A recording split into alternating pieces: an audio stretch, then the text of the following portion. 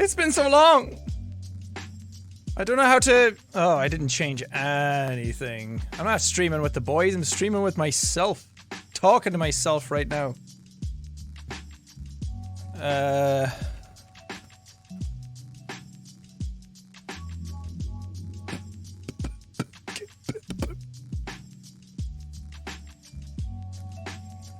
Listen to those chill Jimmy Jams. Where is my chat? I don't know how to use this site anymore. There we go. Sick. Sick niceness.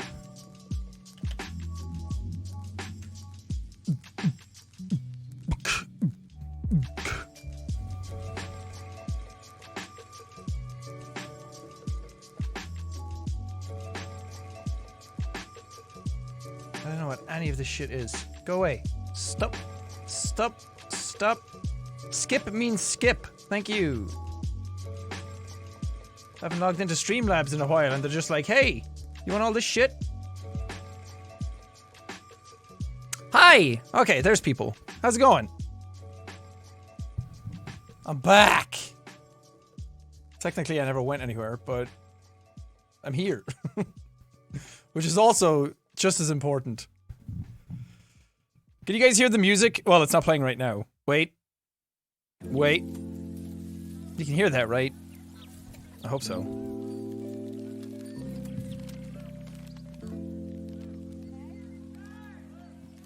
Leslie! Thank you for the tier 1 for 18 months! Good God. Thank you, Leslie. I appreciate you still subbing, even though I haven't been here for ages. But I'm trying out the new internet. Let me check. Wait, Evelyn's streaming right now. I have to check hers to make sure she's not. Let me check. Oh. Perfectly fine. We can both finally stream at the same time. The future is now, old man.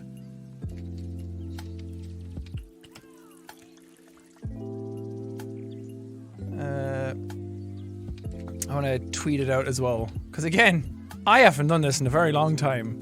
I don't know what I'm doing. Well, that's every day. I never know what I'm doing.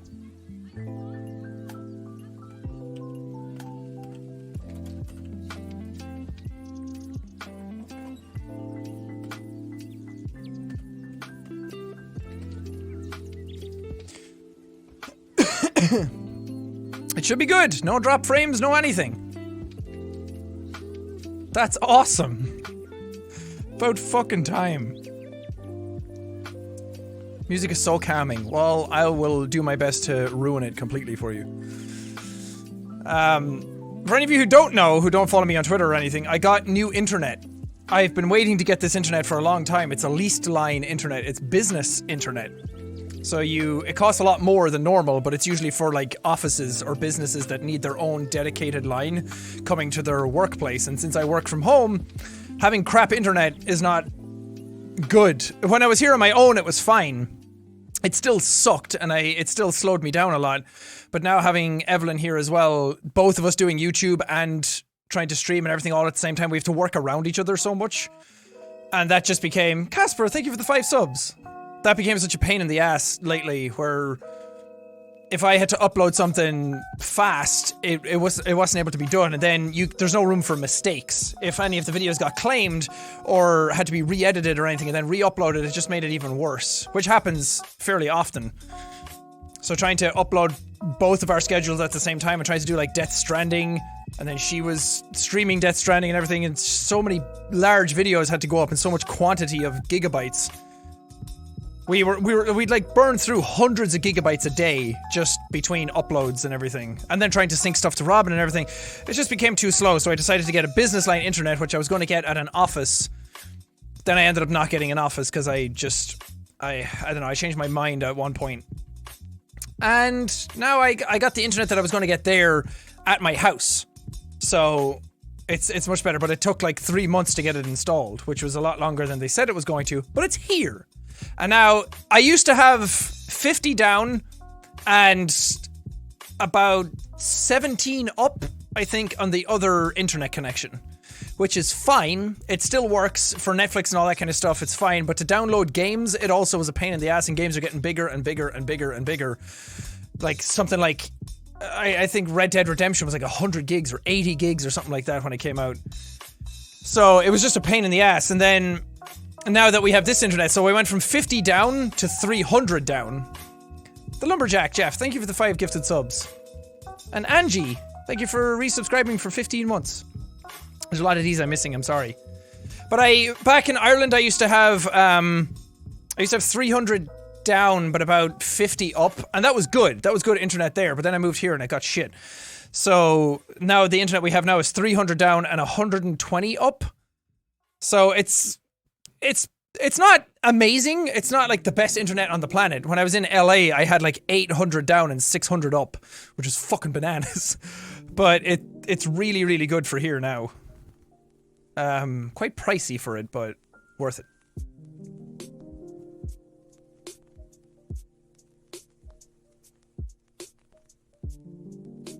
Oh, Mark uploaded his response. I see. See how it is. I'll look at it after.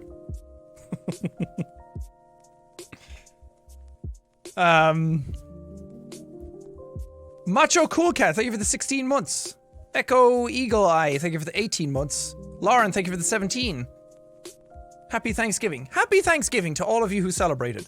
I personally do not. Nobody over here does, unless you come from an area that previously you celebrated it and then you move over here.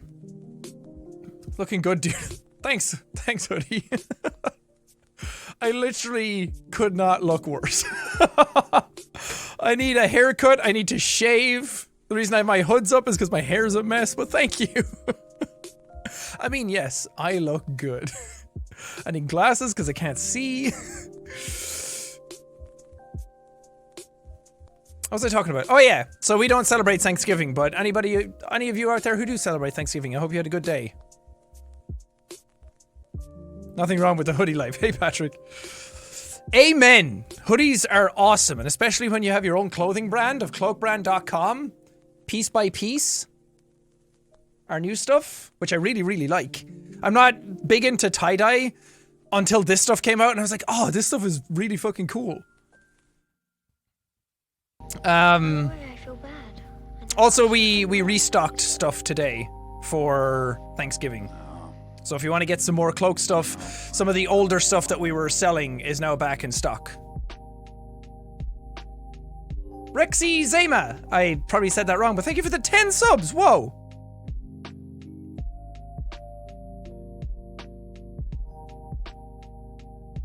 Do not shave. You always wanted a beard, now you can't. No, I'm not shaving it. I'm like trimming it. I mean, I will have a beard for the rest of my life. I'm not going to get rid of my beard. Mark roasted you again on Twitter? Pfft. That guy couldn't roast a turkey on Thanksgiving.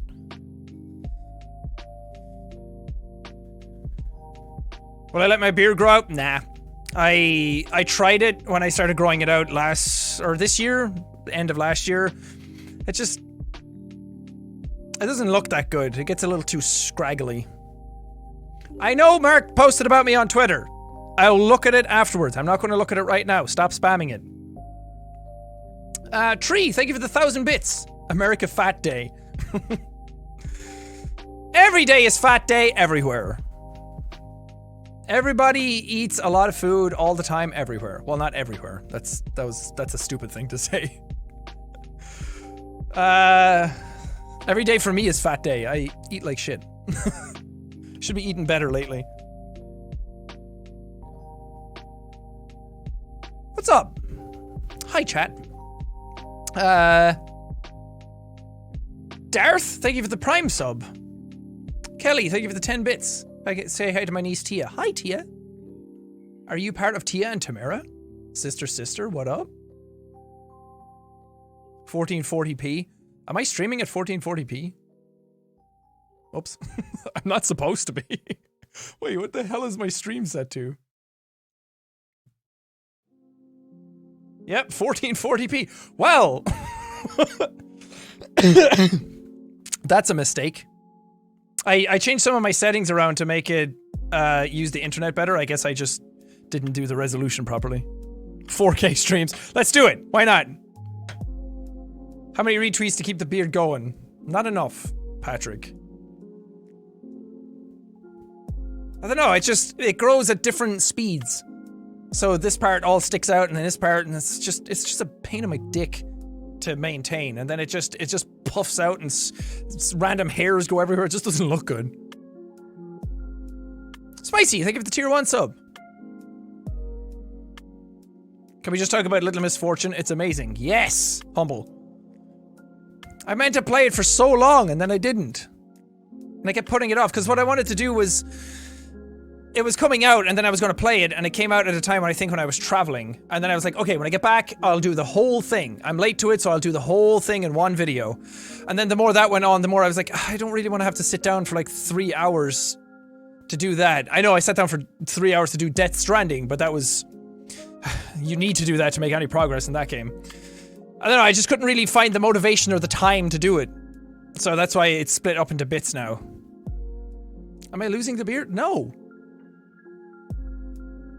Who said that? I didn't. Your glasses look really nice. Thank you. I had to get new glasses again because I didn't really like the old ones and I didn't know what my prescription was. So when I was in LA, I got a test done again. And now I actually have like my prescription written out and memorized and put away, filed. Because before I just got it and I was like, oh cool, I get my glasses. And then I lost it and forgot what my prescription was.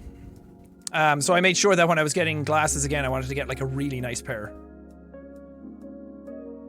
Subnautica made me follow you, Jack. That's nice. Subnautica's a good game. I'm waiting for the Below Zero stuff to finalize and then I'll play that again.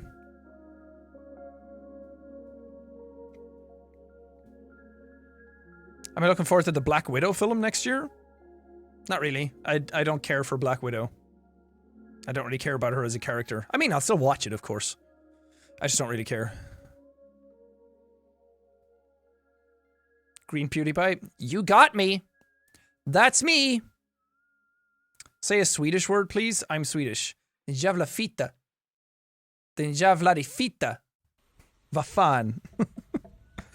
Ah, vad fan, mannen!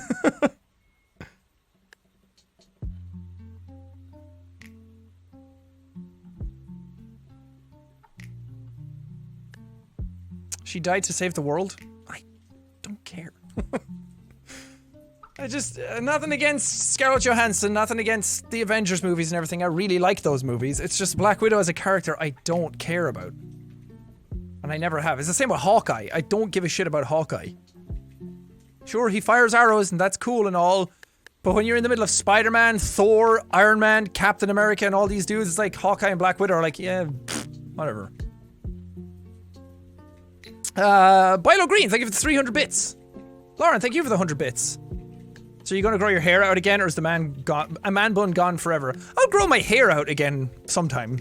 I don't have any plans right now. Right now I just haven't got a haircut. Raza Hopkins, thank you for the Prime sub. Fresh Gaming for the tier 1. And Corey, thank you for the 7 months. Siri, thank you for the 100 bits. What do you think about Little Misfortune so far? I actually recorded the last episode of it today. I loved it. It's a great game. Any green hair plans recently? Nope. Have I tried FNAF AR yet? I haven't. I should. Seems like it might be decent.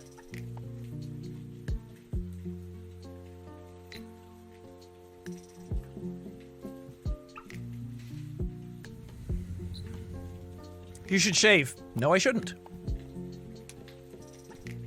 Green nose hair. Now there's a big brain idea. That might be fun. Pastel, thank you for the 16 months. By the way, I don't have any plans for this stream. I'm just here to hang out and chat. Now that I actually can. Now that we have good internet again, I feel like I can actually stream better and more often. Show off your index controllers? Nah, they're not in the room. Are you doing well? I am. I'm doing great. Me and Evelyn have been playing Dark Souls 3 together over the last couple of days. We spent hours playing that. It's been nice. I got a little bit ahead on videos, so I was like, you know what? I'm gonna take some time and relax. Get a bottle of wine, play some Dark Souls, go through the game together, because I've never played a Souls game or Bloodborne or anything like that with another person. So we just have set up in our living room where both PlayStations are together and we just play it together there. And it's been fucking awesome. Can you bring the cat out? He's sleeping in the living room right now. I don't want to disturb him. How long will I be streaming? No idea. Maybe an hour or two. Milan, thank you for the 19 months. Thank you for seeing my JJ and Chase edits. Thank you for making them. They were really nice. Septic Short, thank you for the 9 months. Twitch Baby. Oh yeah! Twitch Baby! Welcome! A new BB for the world. Charles Bag, thank you for the 2 months. Thank you for the 100 bits. These are for BB. Which BB? Bridge Baby or Big Boss? The cat. Fuck you! Thank you for the tier 1 sub.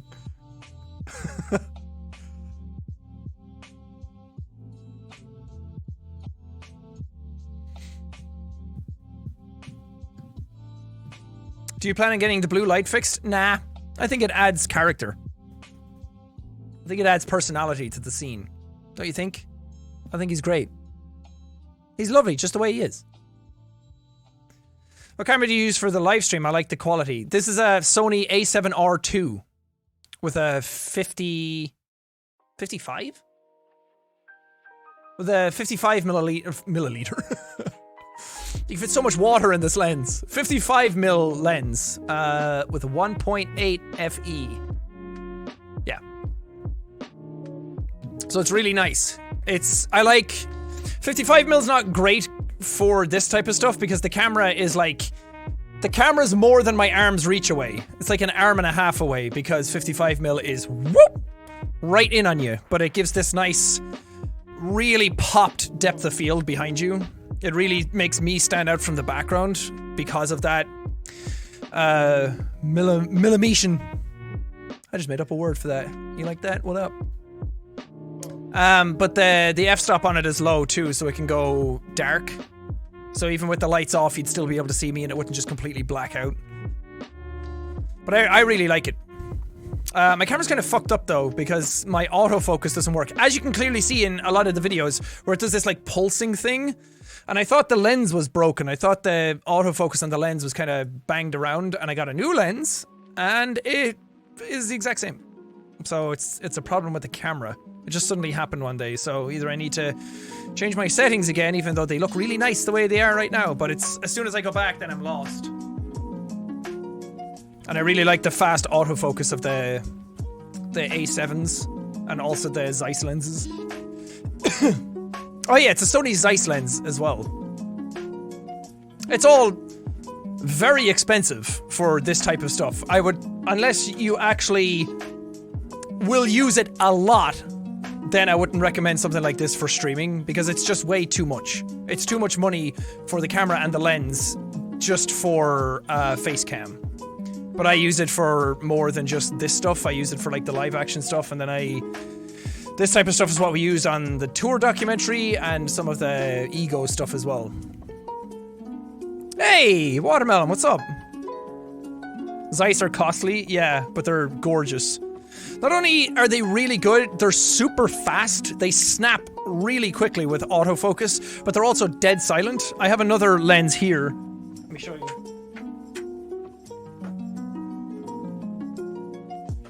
So, the 55mm is the lens I use for most stuff, but then I have this lens, which is what is this? A 35mm. It's a fat 35mm. So it's wider. Oh. I pulled out my headphones so I can't hear anything anymore. So it's a wider lens to be able to capture stuff like VR. And then I got this one, which is what is this? A 20mm, but it goes to something else. I can't remember. This is a big bitch. It's gorgeous though. It's such a nice big lens. But this is a Sigma lens, so it's not for Sony cams, so it needs an adapter on the back of it to be able to work with the Sony computer chip stuff. But this thing is loud as all hell when it's autofocusing.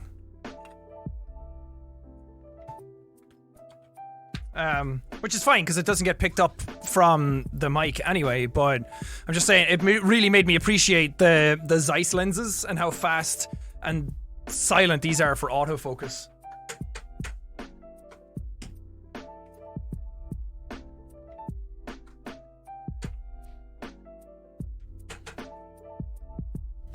See you later, hey Hannah. I'd like to thank the mods for being on top of taking care of stuff. You guys rock. Yeah. Appreciate the mods. The mods work hard. Not only here, but the Discord as well. Oh, also, yeah, there's a Discord. If you... there's a... I opened up a Discord a while back as just a way for people to be able to chill out and hang out and just have another place to be able to go, especially a place with voice chats. Stay Home Goblin! Thank you for the 10 subs! Wow! Thanks for always being here. Stay Home Goblin's one of the MVPs of our charity streams. The first one to always donate a huge amount. What's up, Bright Swim? Bruh. What was I talking about? I have the worst fucking memory. So ADD, I lose everything immediately. What was I talking about? Oh, the mods and Discord, yeah. I opened up the Discord to just Tumblr people a while back because it was the smallest of the social medias that I have, and I didn't want the thing to be bombarded, because Evelyn's always had one for her Twitch. And I always liked that. It was always cool seeing people interact, and she always shows me stuff that people are talking about there, and her mods all kind of hang out and chat there, and it was really cool. So I wanted to do one for this community, and everybody always seems to have a Discord. Kurakirisu, thank you for the 10,000 bits!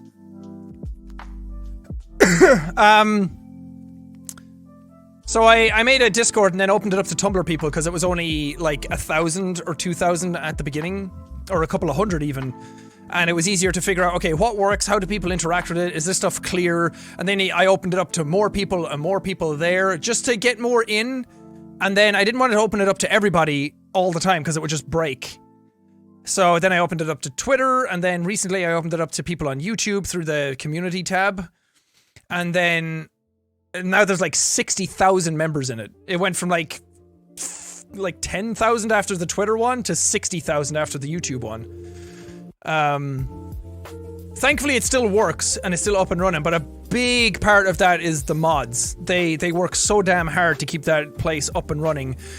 And sure, it may seem like stuff can be a little harsh at times, but it's needed to keep things moving. There's so many moving parts to it, especially for a server that large. If you just let people go do what they want, it gets a little messy and it gets a little dangerous. Especially for people of all ages and ethnicities and sexual orientations and everything. We want to try and keep it an even ground, a neutral ground for people to be able to come and keep it a safe place as well. So that's a very hard thing to do without pissing some people off. But the mods do a really great job at it. And especially here as well, like they're really on top of things. It's a hard thing to do. I don't think I'd be able to do it. Yeah, the rules keep it organized. I think the rules are, for the most part, pretty fair. And they kind of change as we go depending on how things are going. Because there's a lot of stuff that happens and then we're like, I didn't know you could do that. I didn't know that that was a thing. And people find ways around being able to post links in different places and everything, so it's crazy. Yeah, my watermelon, my community one expired. I should actually just delete that community post. It was only open for 24 hours. Again, I don't want to keep it open for everybody all the time because then it gets spammed, it gets bombarded. It just gets over flooded too quickly. And this time when we opened it up to YouTube people, even through the community tab, the 60,000 people that entered, or 40,000 something, it broke it. I couldn't even access my own Discord server for a good hour because it was just broken. I'll open it again to more people eventually, but we are doing a thing where if you sub here, there's going to be stuff in the Discord that will be, like, there'll be a room for people who sub here to be able to hang out and chat and everything. Just as a way to kind of give back. I've been so paranoid over the years about doing things like that and stuff with, like, YouTube memberships and things, because it's easy to, like, splinter the community too much. And I don't want to put too many things behind a paywall, but at the same time, there's people who are just supporting me here, like people who have been subbed for months and months and months, and I'm not even uploading anything. And the same on YouTube. I don't do anything for the members, and I feel bad about that, and people are just kind of supporting, and a lot of you will be like, well, we just want to help. And that's really incredibly sweet, and I really appreciate it, but I do want to do something for you. I want to give you something for it. And I don't want it to seem unfair for other people or whatever, but also, if you guys are willing to like pay and support me, and especially in troubling times when YouTube ad rates are collapsing and falling all over the place, then I should be doing a little bit more for you. So subs here should be getting stuff. I think you can link it to Discord now. I'm not sure. Mods, can you? I don't know. I'm not sure yet if that's up and running.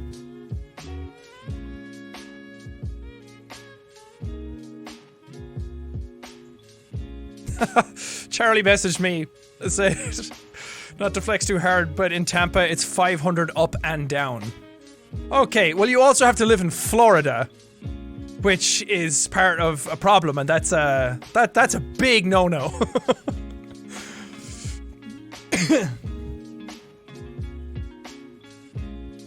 Yeah, 500 up and down is fucking great.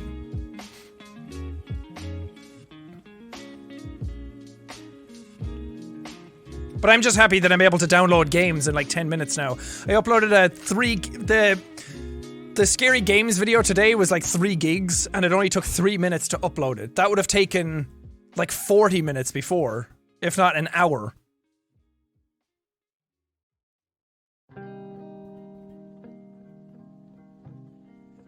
Jake McBoss, thank you for the 100 bits. You inspired me to make content almost 4 years ago. Best decision I ever made. Good for you, man. I'm happy for you. Megan, thank you for the tier 1 sub. And Tris Doodles, thank you for the 21 months. Holy shit, I'm not even 21 months old. Septic Scum, thank you for the 200 bits. How are your Sony headphones? I have a pair, but my touchpad is iffy. Yeah, I don't really use this. This is like for anyone who doesn't know, this is a touchpad to be able to like fast forward songs and up the volume and things like that. And you can hold your hand over it, and it puts down the volume in the headphones and turns off the noise cancelling so you can hear stuff around you. Which is like, yes! I'm listening! That's not the gesture people do for listening, that's the complete opposite. Green Pews, hey, another one! Got him! What's up, Kenobi, my lad? General Kenobi! Okay, I know you're all flexing with your internet speeds, but you have to realize that Britain is notorious for horrible internet infrastructure. It's fucking garbage everywhere. So this is a win for me. Let me have it instead of trying to let me know how much better yours is, okay? Fuck you! Chiltic, thank you for the tier 1 sub, as well as Ava, thank you. And the other Ava, thank you for the 100 bits. 20 months sub anniversary today. I don't think you know what an anniversary means, Ava. 20 months anniversary? Pfft. But yeah, I would have said the same thing. I said a 4-month-year-old in my video the other day without even batting an eye. I didn't even realize it was wrong until the comments said it. But if anyone asks, it was a joke. And I'm very smart.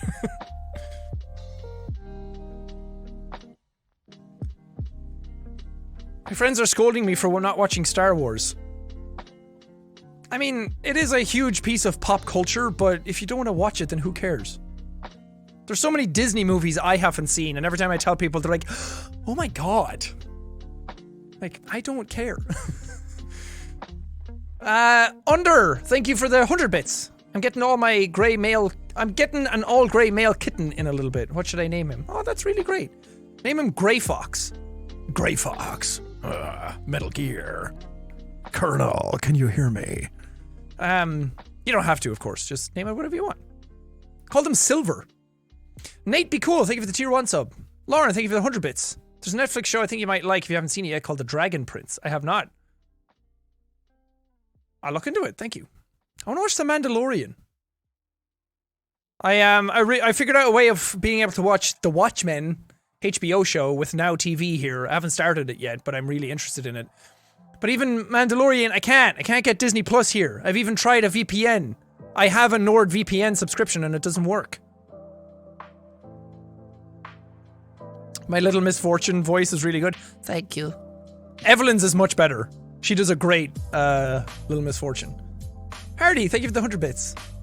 Been following you donkey's years. I was gonna say you're definitely Irish or Scottish, and I was like, just wanted to know what you think of Scotland, and can you do a Scottish accent? I cannot. I can do like the super cheesy shitty one, like, okay. A wee bit of a Scottish accent. But it's shit. I'm good at parroting voices. If I hear them a lot, I can probably do it pretty well. But right now I'm trying to like remember what a Scottish person sounds like, and then I can't really remember what Scottish people sound like. When is the next Minecraft episode? I know. I'll do it.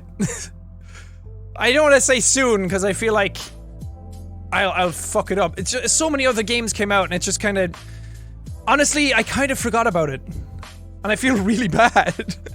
I ended the last one on going into the Ender Dragon. I'll definitely at least beat the Ender Dragon in an episode, and then we'll see what I do in Minecraft after that.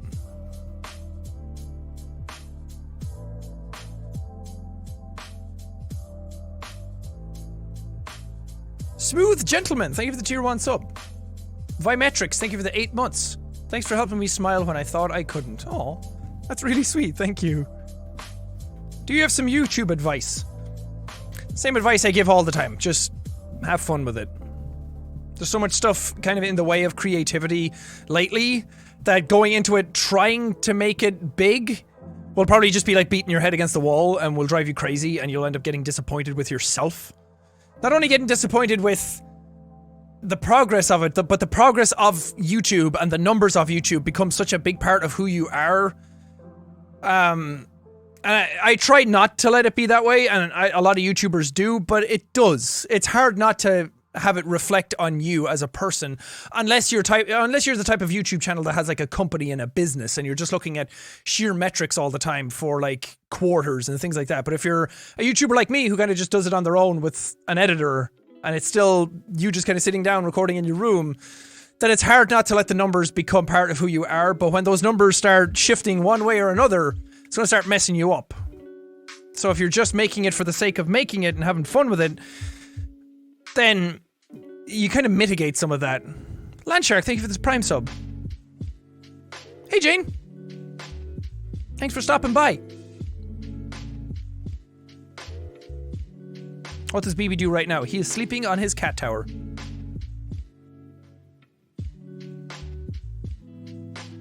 Will I play Outer Worlds? Is that the Obsidian one? What's the other one I played? There's Outer Worlds and Outer Wilds. But the Obsidian one I haven't played yet. I'm kind of saving it for like a rainy day when I just kind of run out of games to play, and then I can just sit down and be like, oh, I want to go on an adventure. It's lagging some. It shouldn't be. Everything's A-okay on my end, so it might be on yours.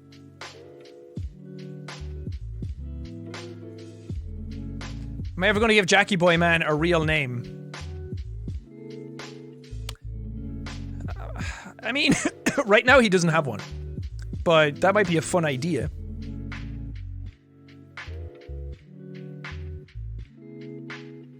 Really good quality now. I know, right? It's great.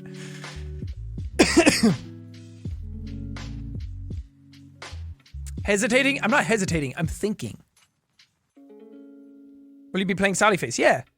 Comes out next month, right? We're gonna see Marvin or Jackie Boy Man anytime soon. They are the next ones that I have to do. I want to do more with them. Jackie Boy Man I've done more with than Marvin. Has Marvin only ever shown up once? For that Marvin's Magic Power Hour? And I haven't done anything with him since, but he's one of my favorites because he's so visually striking. He's the most visually satisfying character, I think. But the problem that's happening with them now is that Chase is just a regular dude. He just walks around and he does his own regular life. JJ he's basically regular, but he's the result of filters and stuff for the editing side of it. So it's a little easier to do, but Jackie Boy Man, and especially Marvin, because Jackie Boy Man's a superhero, so to do a story with him that's not just lame and boring and him sitting around in his house or something, which could work, but I want to like show him in action. And to do that, you need sets and costumes and characters and visual effects. And then coming with Marvin is even harder because he's very visually effects driven because he has magic. So to do stuff with them is gonna take more time, it's gonna take more budget, and it's just gonna be a bigger undertaking that you actually need like a bit of a crew to pull off. So I'm gonna make sure that I have stuff written properly first. And then I'll make sure, because I don't want to go into it with half-assed ideas and then be like, okay, well this could work and that could work, because then it just comes out as a half-assed project. So I want to make sure that going into it we have all the stuff in place and then it'll look cool. But I do have like stuff written. Like I have a little notepad that I keep with me like all the time. So whenever I'm watching like TV shows or I'm on the train, Siri, no. Or I'm on the train or I'm going somewhere or I'm watching a movie or anything. Anytime I like inspiration strikes where I see something and then I'm like, oh, that like reminds me of something else. And I'm like, oh, I could do that or this and stuff it's basically like my ego inspiration diary. So it has like character profiles in it and it has just like one-liners for what I want. Like one of the things I wrote down is completely maniacal laughing. Big brain. It's not like Auntie's never done that before. So it's stuff like that, and it's full of like, I have certain scenes in my head that I want to do, but they're not connected yet. But it's just like cool visual imagery and like, it's kind of the bare bones of like a story. It's not like script stuff. It's more visual identity and sound identity. Because it was the same with the Schneepelstein and the Chase one, or just Chase. Is that a JoJo reference? The Chase video had a very distinct sound effect at the end of it that I put in purposefully, because it has an identity. It has like, once you hear that, you're like, oh, it like sticks in your head. Instead of just like a random sci-fi sound effect, I wanted to make sure that it had like a bite to it, and if you heard it again, it would remind you of that.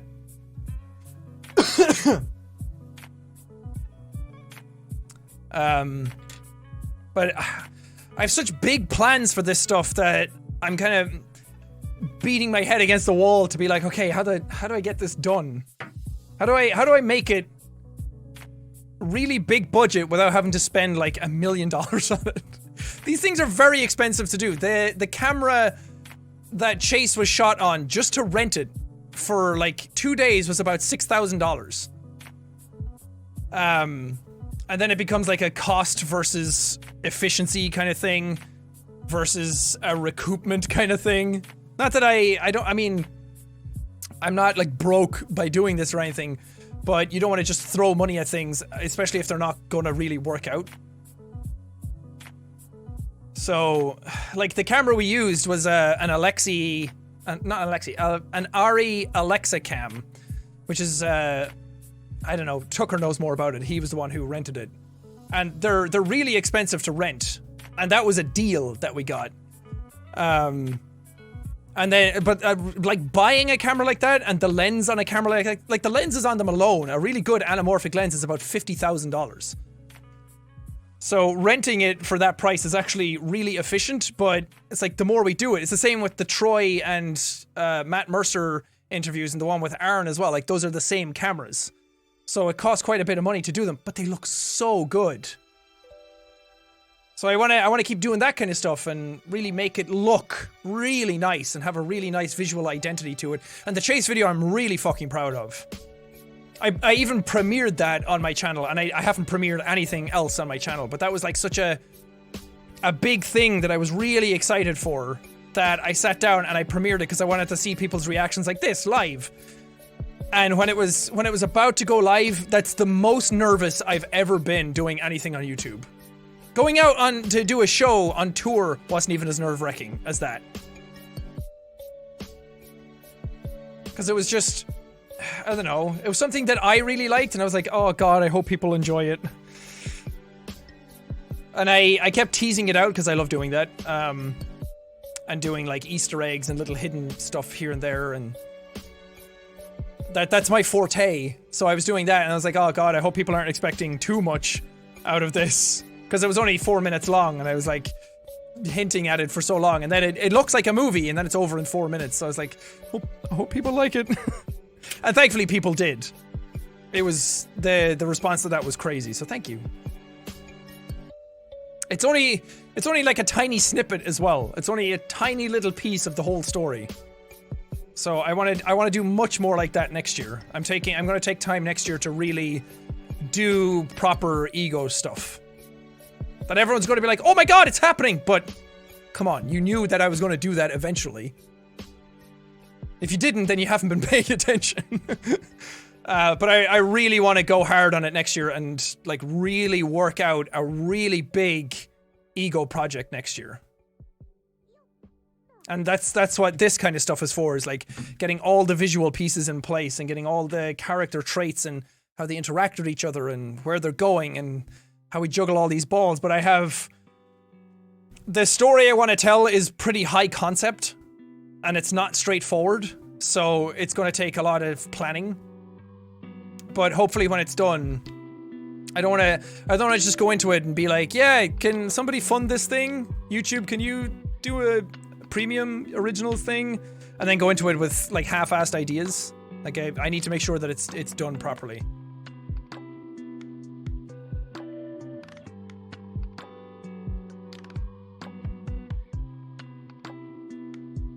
Am I going to Ireland for Christmas again? No, we're going to spend Christmas here. Because Evelyn moved in recently and her cat's here now, and we don't want to travel too much around the cat, and we're going to LA next month for the charity stream again. So next month on the 14th is going to be the Thankmas charity stream. That's why there's no stream this month for November, because last month's was a big thing with Team Trees. The one before that was the one with Amelia Clark, and they've all been like such gigantic streams that this, and then the next one being on the 14th and not the end of December, it felt like everything was kind of too close and I was asking a bit too much. But yeah, December 14th is going to be the really big Christmas charity stream, and we have a couple of things planned for that I think will help us raise a lot of money. So I'm really excited for that one. But also Game Awards are next month as well, and they kind of coincide. Game Awards are on the 12th, and then we're going for the 14th for the stream, so... And there's other business things that I have to do in LA, because of course everybody's over there doing all the stuff. I have another thing that I'm trying to get off the ground that I need to go do, like, some... I don't know, not tests for, but I need to, like, be there to check out stuff. That will hopefully be launching next year. Well, it should be launching next year, but it's something that I think is a really great idea, and I'm really excited for. And it's something that I'm really, like, genuinely interested in, that I don't think people will expect me to actually do. But we do have a pin for this month. Can some of the mods link to the merch site? There's a pin for Movember. I can actually bring it up on screen.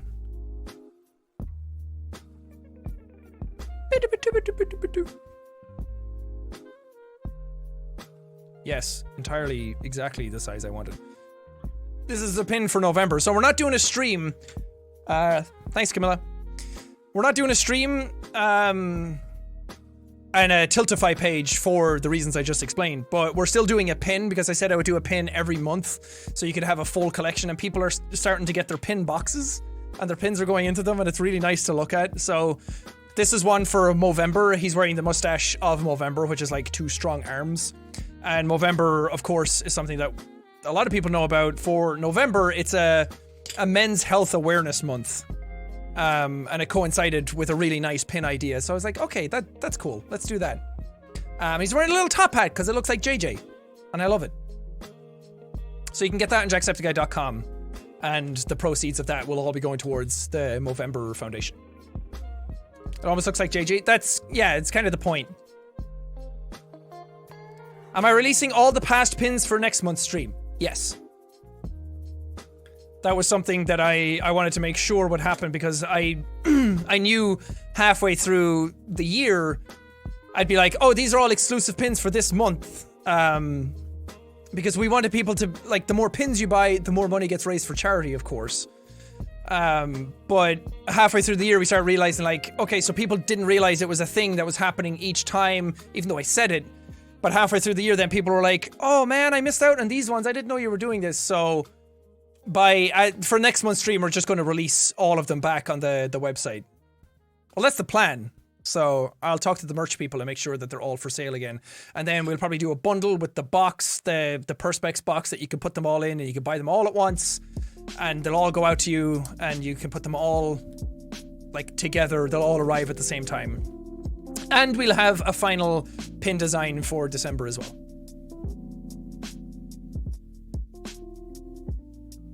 And of course, yeah, not just people missing out on them, but people who couldn't afford them. That's a good point. People who just didn't have their paychecks ready, or they just didn't have the money at the time to be able to get them then, that missed out on them too. So I want to bring them back for everybody to be able to get again.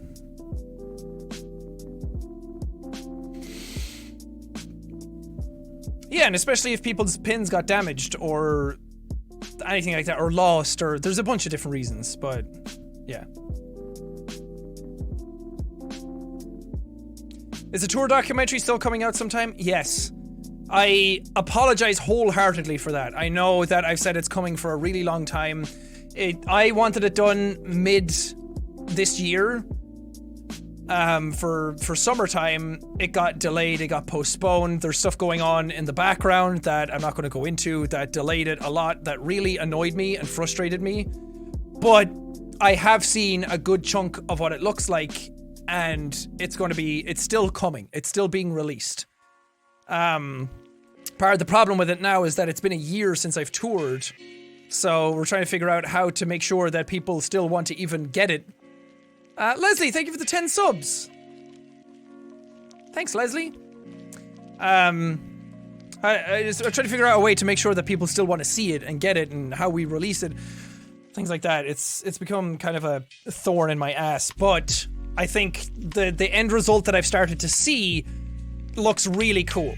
So I think that when it's released, I think it's going to have a lot of heart to it. I think there's a lot of emotion to it. I think there's a lot of cool stuff that happened on tour. The documentary is basically just an entire arc of what it was like to be on tour and what I learned and who I was as a person. Because the idea of the tour was, how did we get here? Which, if you were at the show, you know what the story was about. But if you weren't, it was basically a show about how I started off my life. The show was broken into 3 arcs, which was my childhood, my teenagehood, and my adulthood.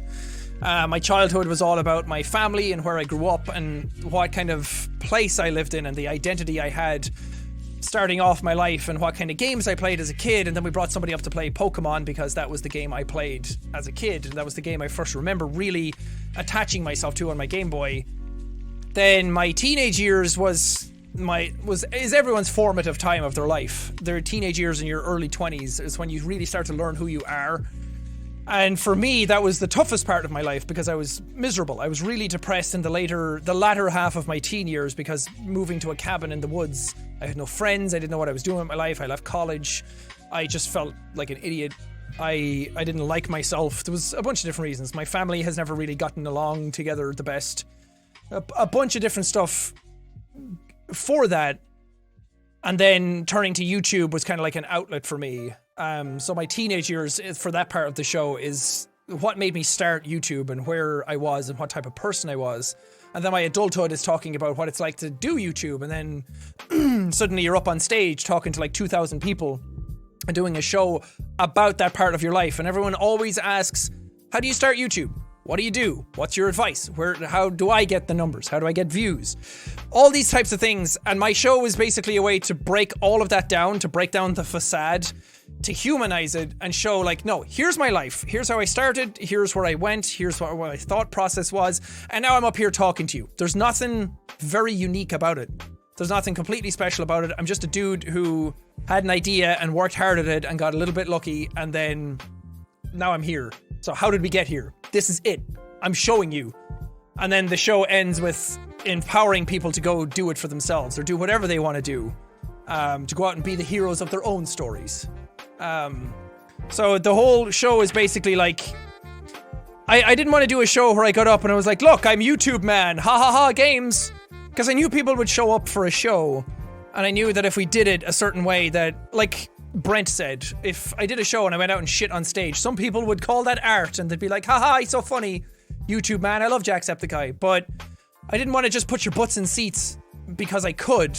I wanted to give like a message and have a purpose for it, and anybody who didn't know me, and to open it up and show you like, okay, here's who I am. You might know me as the loud screamy sweary dude on YouTube, but I have a life. I'm a person. I want to humanize myself so you can see me as a person and not just somebody who's on stage. And a lot of it was inspired by Bo Burnham's Make Happy special, because that was something that it could have just been fun jokes, but he had something to say. He had a purpose to be up on stage, and not all of it was nice, but it stuck with me. Like, that show made me cry the first time I watched it, and it always stuck with me, and it had such a powerful message behind it. So I wanted to create a show that I had a message behind, that I had a purpose, that I had some sort of reason to get up on stage to do it, other than the fact that I could. And I'm very, very proud of the show. I think it turned out great. So you'll be able to see a lot of that and who I am as a person. It's not so much... The documentary is not so much me sitting down and being like, okay, so this joke is in here because of this, and I talked about this because of that. I think a lot of that's in the show, but the documentary is good to show who I am as a person through it, and I'm fascinated to look at it as well, because I don't know who I am as a person half the time. I don't think many people do. You think you do, but it's when you see yourself through somebody's eyes, through somebody else's lens, that you start seeing a whole different angle of yourself that you never knew was there. So I think it's interesting to open that up and show what tour life was like and what I started off as. And I went through like different relationships, different personal relationships during that period as well. And like, how did my demeanor change? How did me as a person change? How did my mentality change? Did I get better? Did I get worse? And that to me is what's interesting. That's the artistic side of it. Because just doing a documentary and being like, here's where we went, like, it's basically a vlog then at that point, and that to me is not interesting. Calling out Minilad, aren't you? No, I'm not calling out anybody. I'm not trying to say that if you do that type of show, that's bad. That's not what I'm saying at all. That's a perfectly fine show to do. Lots of people do that. That's what musicians do. They just get up and play the classics, and that's fine. You can do that, and I have a lot of respect for that as well, because it's hard to get up on stage and do a show. It takes a lot out of you to be able to do that, to be able to craft it and do it, so more power to anybody who wants to do a live show. I'm just saying, to me, I didn't want to do that. I wanted to do something else. I'm not trying to make it seem like that I think I'm better than other people who did that. That was not my intent at all. I'm sorry if that's the way it was coming across. But we just started coming up with some decent ideas about where I grew up, and I've always wanted to try out stand-up comedy, and it was just a good amalgamation of a bunch of ideas. And then it started to like merge into this other thing. So the first few shows, like the first leg of tour, the show was not the way it was at the end of tour, and I think that's interesting to see as well, to see how much better I got at it. So the whole idea of the whole show and me going on tour and the documentary and everything is all this stuff about change as a person. How do people change? What do you learn as you go? Who do you look to? Who do you talk to? Who become your close friends? And then we got a really great bond with people on tour as well. And some of my best friends now, like Tucker. I didn't know Tucker before tour. I didn't know Justin before tour. And now they're some of my best friends ever.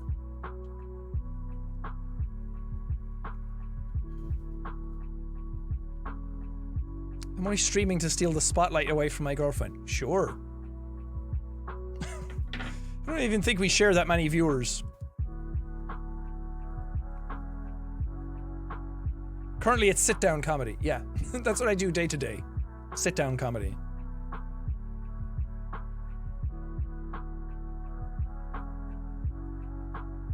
was a lovely experience watching that show. I'm glad. I'm glad that you had fun.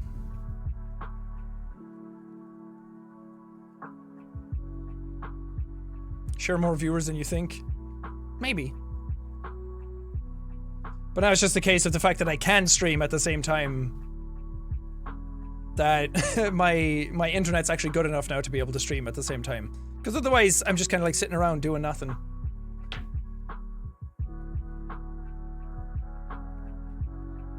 The Alien Rose, thank you for the Prime sub. Sorry, I'm missing some. Ducky, thank you for the 2 months. Ice Dragon, thank you for the 100 bits. Lauren, thank you for the 100 bits. Smurtle, thank you for gifting a sub. Nostalgic Danny, thank you for the 3 months. Becca Still, thank you for the 7 months. And for the lovely sweet message, thank you, Becca. Hippopotamus, thank you for the Prime. Girl of Steel, thank you for the 100 bits. Come to Canada, my boy. We have Ryan Reynolds. The craziest thing happened recently. We, because the stuff about Free Guy came out, the movie that he's in next year, and I am so fucking excited that I actually get to be in that movie. And I always stop myself talking about this stuff because I'm like, I don't want to seem like I'm showing off or anything. But you know what? This is a really fucking big deal, and I'm going to have my own personal little flex session right now because I want to feel good about the things that I've done for myself and for the community and for just the fact that I fucking started in a cabin in the woods and now I'm in a movie with Ryan Reynolds. So, okay, just let me have my moment. I'm really fucking excited for that. I got to see some of it. The director called me, and not only that, but when I recorded the lines for the movie, I DM'd Ryan on Twitter and said that I recorded them, and he DM'd back in like 5 minutes, and he was so nice, and it was amazing, and I was having a really big freak out fanboy session, and it was fucking nuts. And I wished him a happy birthday recently in a DM, and he said thank you, and then after the Chase video came out, and I sent in my lines for the movie and everything, he messaged me out of the blue, without me messaging him, saying that I was an amazing actor. Ryan Reynolds DM'd me and said that I was an amazing actor. And that's one of my biggest, proudest things about anything ever. And it was so fucking cool. And I was so giddy, and I went to Evelyn and I was like, look! Oh god, it was so fucking cool. I'm so glad that he's as nice in private as he is online and for his movies and everything and his interviews. He's so fucking sweet. I love that man. I want to be that man. But I don't want to keep talking about those kinds of things because everyone's like, guys, just do celebrity stuff for clout. Like, no, I'm not. That's stupid. When have I ever done stuff for clout? When have I ever used the term clout? Ryan is incredible. At least that's something that we can all agree on here. I don't think there's a single person in chat who would disagree with that. Stan Twitter language.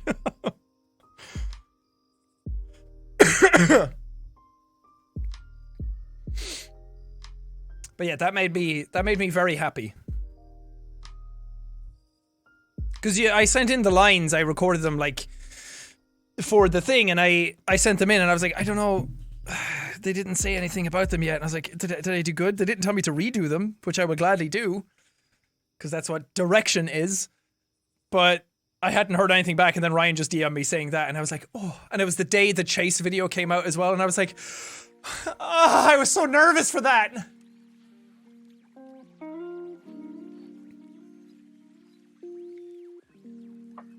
Concept creator, you dislike Ryan Reynolds a lot?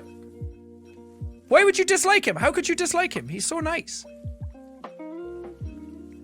Dislike the movies he's in. That's fair enough. That's whatever. I don't like every movie he's in either, but dislike him as a person? What? What are you hyonking, dude? Appreciation nut. No, it's No Nut November! No respectful nuts. Sassy, thank you for the tier 1 sub. That's really sweet. Black Blade Blue, thank you for the Prime sub. Nipa Shadow, thank you for the 13 months. Wow. A whole year. Luna, thank you for the 19 months. 7 years, wow.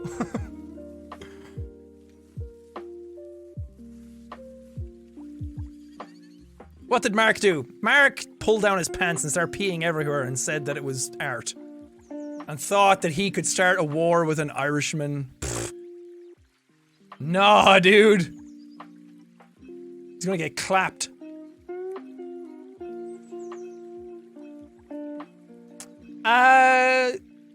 Kuro Kirisu, thank you again. Kuro has given 15,000 bits. Jesus Christ, thank you. That's really sweet. You don't need to do that. I can't get the cloak survival kit to ship to Europe for some reason. Really?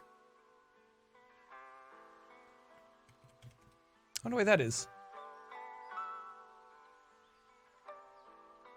I'll put in a word about that and ask. Thanks for bringing it up, though.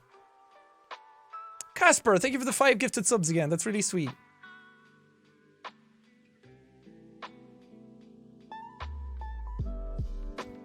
My loyalty's with Mark on this one, dude? Sure. Okay. I see how it is. He popped off about you not being smart, but you were the Gaelic gladiator and the smartest yonk. Okay. Anybody who needs to attack somebody else's intelligence is the type of person who's insecure about their own. That's all I'm gonna say.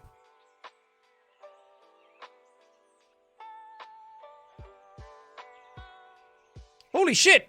We don't whisper. Thank you for the 10 gifted subs. Holy crap. Thank you. That's really sweet. Everyone say thank you.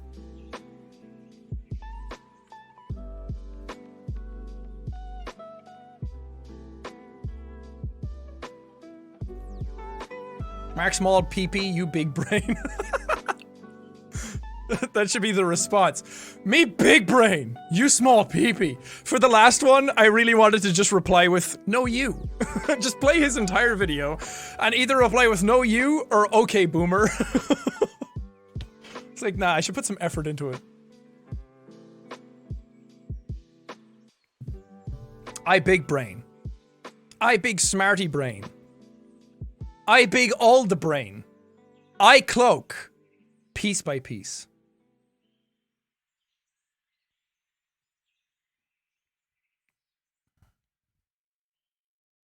How's the whiteboard doing? Not great, actually.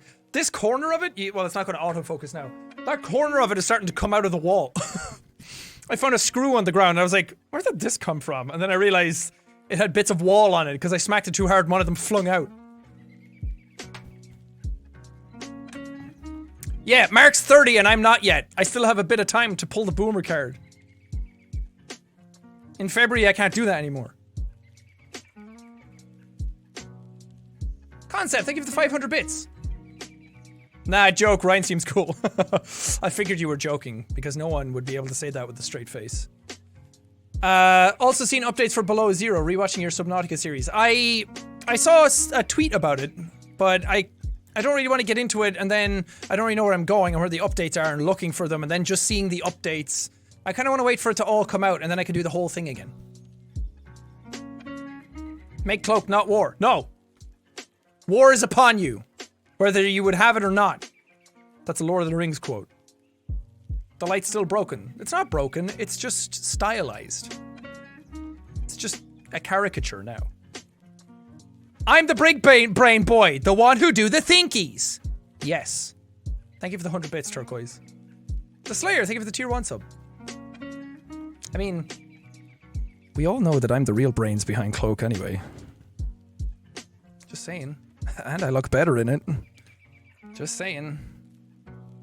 At least that's something else we can agree on in chat. You should have replied with bro, you mad? I should have replied with hoes mad! Hoes mad! Just completely TikTok his ass.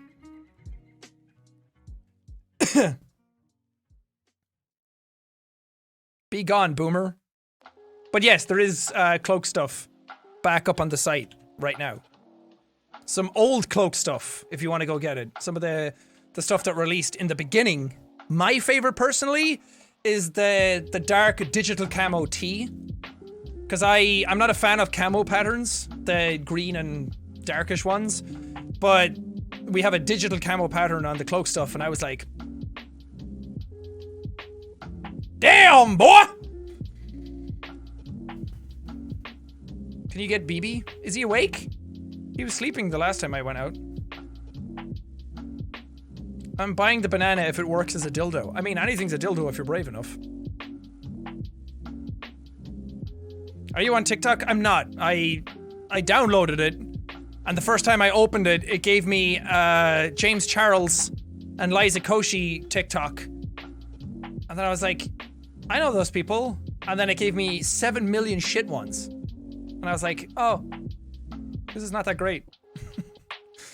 I'd much rather just watch the TikToks through YouTube when people have curated them and the good ones come out instead of having to watch 7 million god-awful TikToks of people sitting in their car going, and I'm like, I don't get it.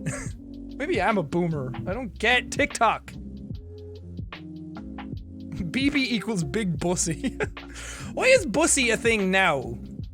I've heard bussy for the longest time, but why it seems like it's coming back now. Did something happen? Still playing horror games? Yeah, I uploaded 3 of them today.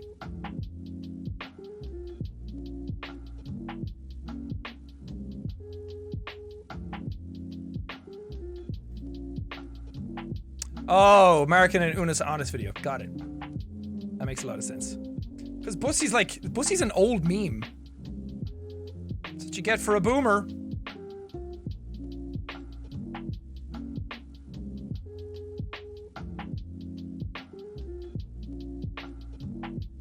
Bussy is Mark's new favorite word. He's so late to memes every time. He always gets to memes late, and then he says them too much. It's like, come on, man. Be with it. Be with the memes. Just watch Meme Time, and you'll know all the up-to-date memes. Even though I'm even late to the memes half the time on Meme Time. Do you know Kojima's going to work on a horror game? I did. I saw an article linked on Google that talked about him doing a horror game. Well, I mean, I know he was going to do Silent Hills with Norman Reedus before Death Stranding, and that got canned because of Konami. But I'm excited to see what he'll do. Are you and Mark fighting? Yes.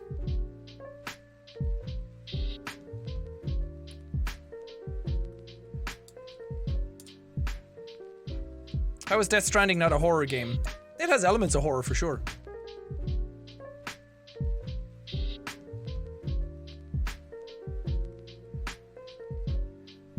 You still going to VidCon? I am, Ava. I'm going to VidCon London and VidCon LA. I won't be going to PAX next year. I need a break from the PAXs. The stuff behind the scenes is just getting a little too disorganized. And it's every time we go, there's different information. Like I'm like, hey, go here for this thing, and then it's like, oh wait, no, it's not there. It's in a completely different place, and then people get fucked over constantly for it. I'm just kind of like, ugh, I need a break from that. VidCon is really organized, and the way their method of like doing signings and everything is so much more organized. Getting to and from the venue is organized.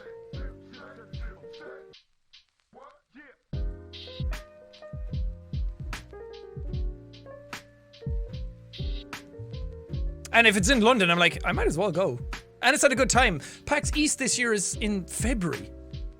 Jesus.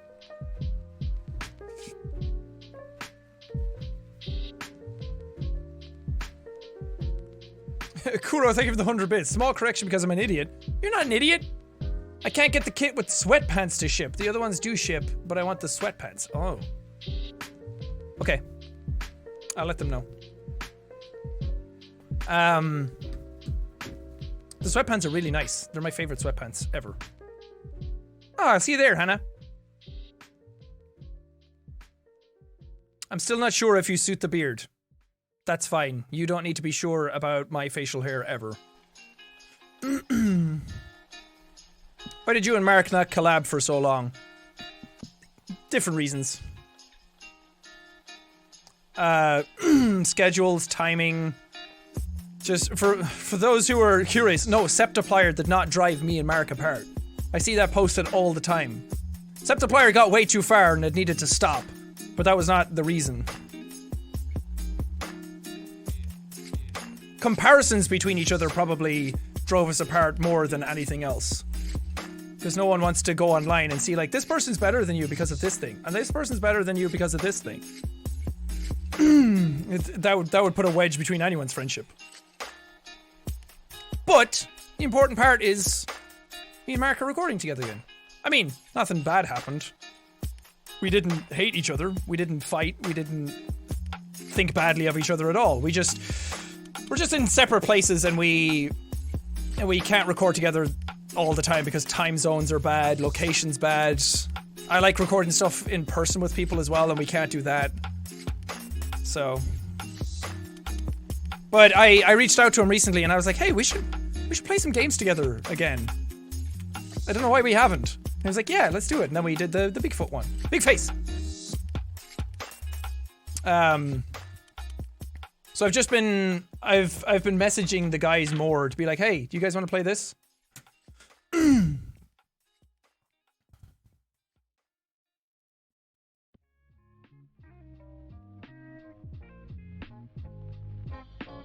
you seen the VR game Boneworks? No.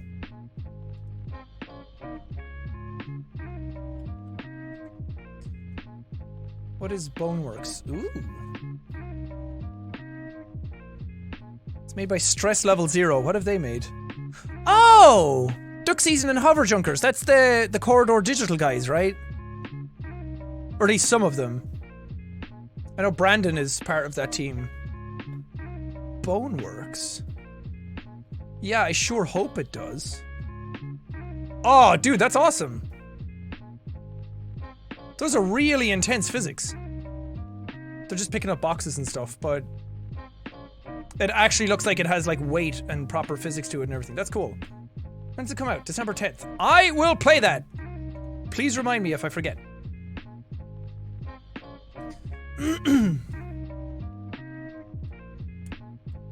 Prop Hunt? Yeah, we should! I want to play Prop Hunt, but the others don't. Or at least they didn't last time. Anytime Prop Hunt's brought up, it's like, eh. Because we just end up playing the same maps over and over again, but I think enough time has passed now where we feel like, I don't know, we could make fun jokes again.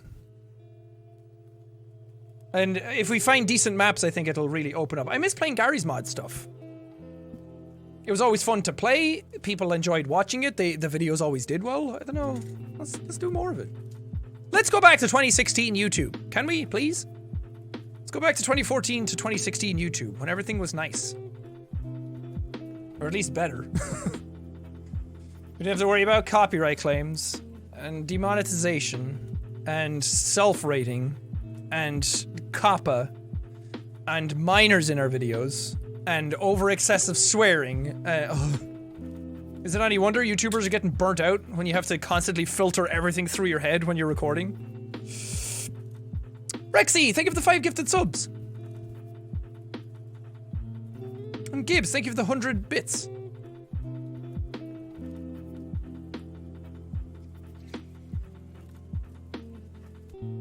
So many dick jokes. There's only so much dick jokes you can make in Prop Hunt. That's true. We do make a lot of dick jokes playing that.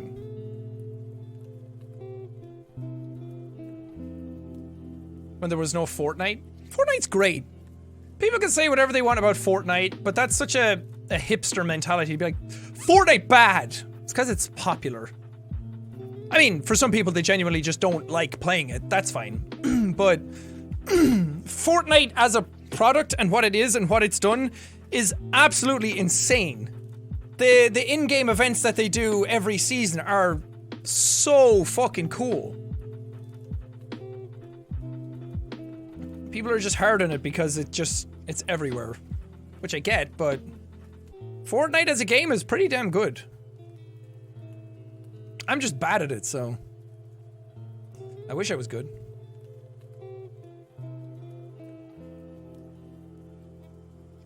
I like the Black Hole promo for the new season. Yeah, that shit was awesome.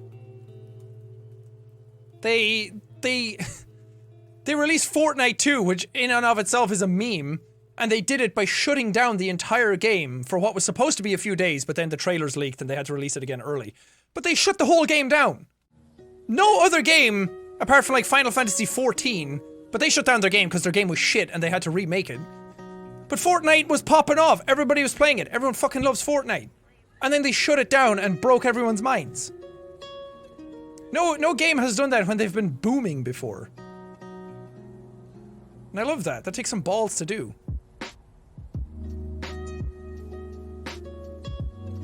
It is everywhere though. And when it shows up in Avengers, you're kind of like, now you've dated the movie.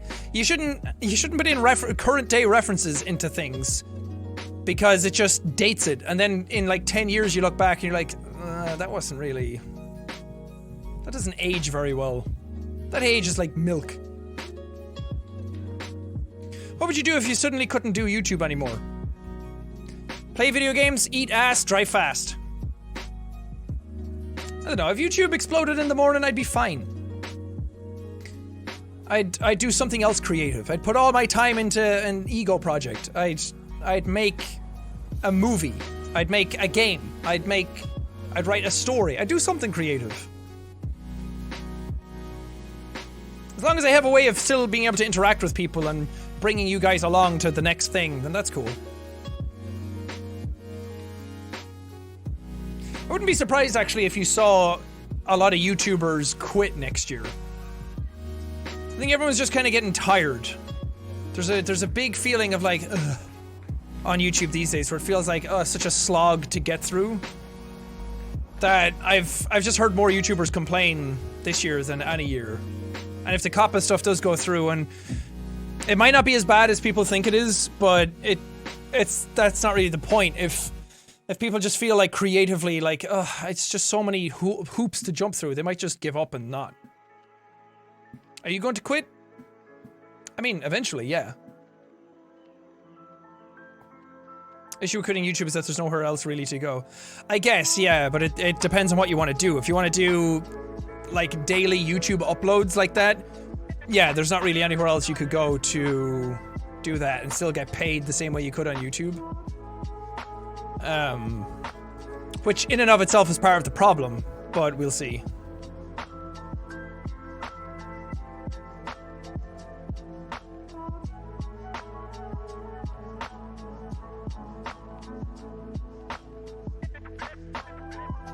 I'm going to TwitchCon in Amsterdam next year. I've thought about it because Evelyn's from the Netherlands, so we talked about it'll probably coincide really easily for us. But I don't know yet. TwitchCon last year was just... There wasn't a whole lot to do. And not many of my friends go to a TwitchCon, especially in Europe. So it was just a little... sparse. But it's a good way to go and meet you guys close to home. I'm really excited for Little Nightmares 2. Me too, Lauren. It's gonna be fun. Little Nightmares 2, Kerbal Space Program 2. YouTube is an example of how to mess up a great thing. I mean, the site is gigantic. It's fucking huge, and it's so hard to coalesce everything into the one place. If you actually talk to people from YouTube about YouTube, you get a little more of an understanding of it, and you... I don't want to say you pity them in a way, but it's definitely a case of like, they really should just open up and talk about it honestly. But they have too many shareholders and advertisers and everything to please, so they can't really speak openly and honestly. Sympathetic, yeah, that's what I'm looking for, thank you. Who said that? Bex, thank you. Because you just realize that they are trying hard, it's just sometimes you change one thing and the site's so big and has so much code and there's so many people that it gets fucked up. I liken YouTube to LA, where LA has a traffic problem. Everyone knows about it, everyone sits in it, everyone complains about it, but at the end of the day, it works, it gets you to where you need to be, and it doesn't really damage your life all that much. But to fix it, you would have to shut everything down for a considerable amount of time just to build it all back up again in a better way. But LA is built in a way now that you can't do that. You can't change the road system because it's not built in a grid. So you just can't do that. It's built all over the place because it's an old city built upon and upon and upon and upon. So it got bloated and now you can't change it again. So it's the same with YouTube. There's so much code in it now that to change one of the older codes to update it would probably break so many more other things. So you can't do that. So you'd have to shut the whole site down for about a year and get all the engineers on it and then come back with YouTube 2.0. But you'd lose out on too much money, and that's not to say that it would even work again when it came back up.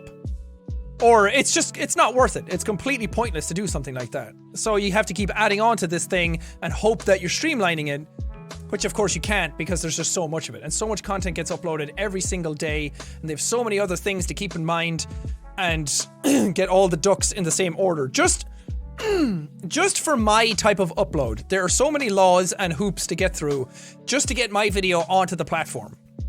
And that has to coincide with keeping advertisers happy, keeping kids safe, keeping audiences happy, keeping sub boxes open, keeping the algorithm going so they get more growth. And you get more money because you can't just keep growing forever. Eventually you have to plateau and go backwards. Unless you have a... whatever. I'm not a business person, but you know what I mean. So imagine that just for one video on my channel. Couple that with all the videos on everybody's channels just for gaming. And then you have stuff like lifestyle that has a completely different set of rules. You have stuff like beauty. Music has all these different laws got to do with copyright and how you distribute it and how you clamp down on people re-uploading it. All that kind of stuff. It's too big. It's too much. Do you think YouTube could ever fully be saved then? I mean, I don't know. Maybe. But it's in a crossroads where...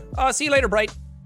It's in a crossroads where they don't know whether they should focus on audience interaction and the community side of things, because that's what it's been built upon, or growing it and offering bigger budget things because of stuff like Netflix and everything coming out. So they have to fight both sides and try and meet in a happy middle. And for the most part, it works. People have a job on YouTube. Sure, we complain about the stuff that shouldn't be happening and can be fixed and made better, but at the end of the day, I do get to do YouTube as my job. It is a well-paying job, and I'm not in a bad place at all.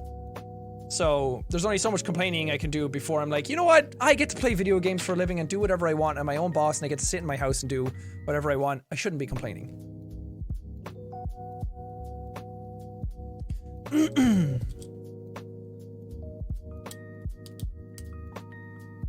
An average Dutch student cycles 1 hour to school every day. I've been to the Netherlands many times now, and I can definitely believe that. There's so much bike priority. It's so cool. Is it fun being your own boss? It is, but it isn't. It's easy to not be hard on yourself to keep up with stuff.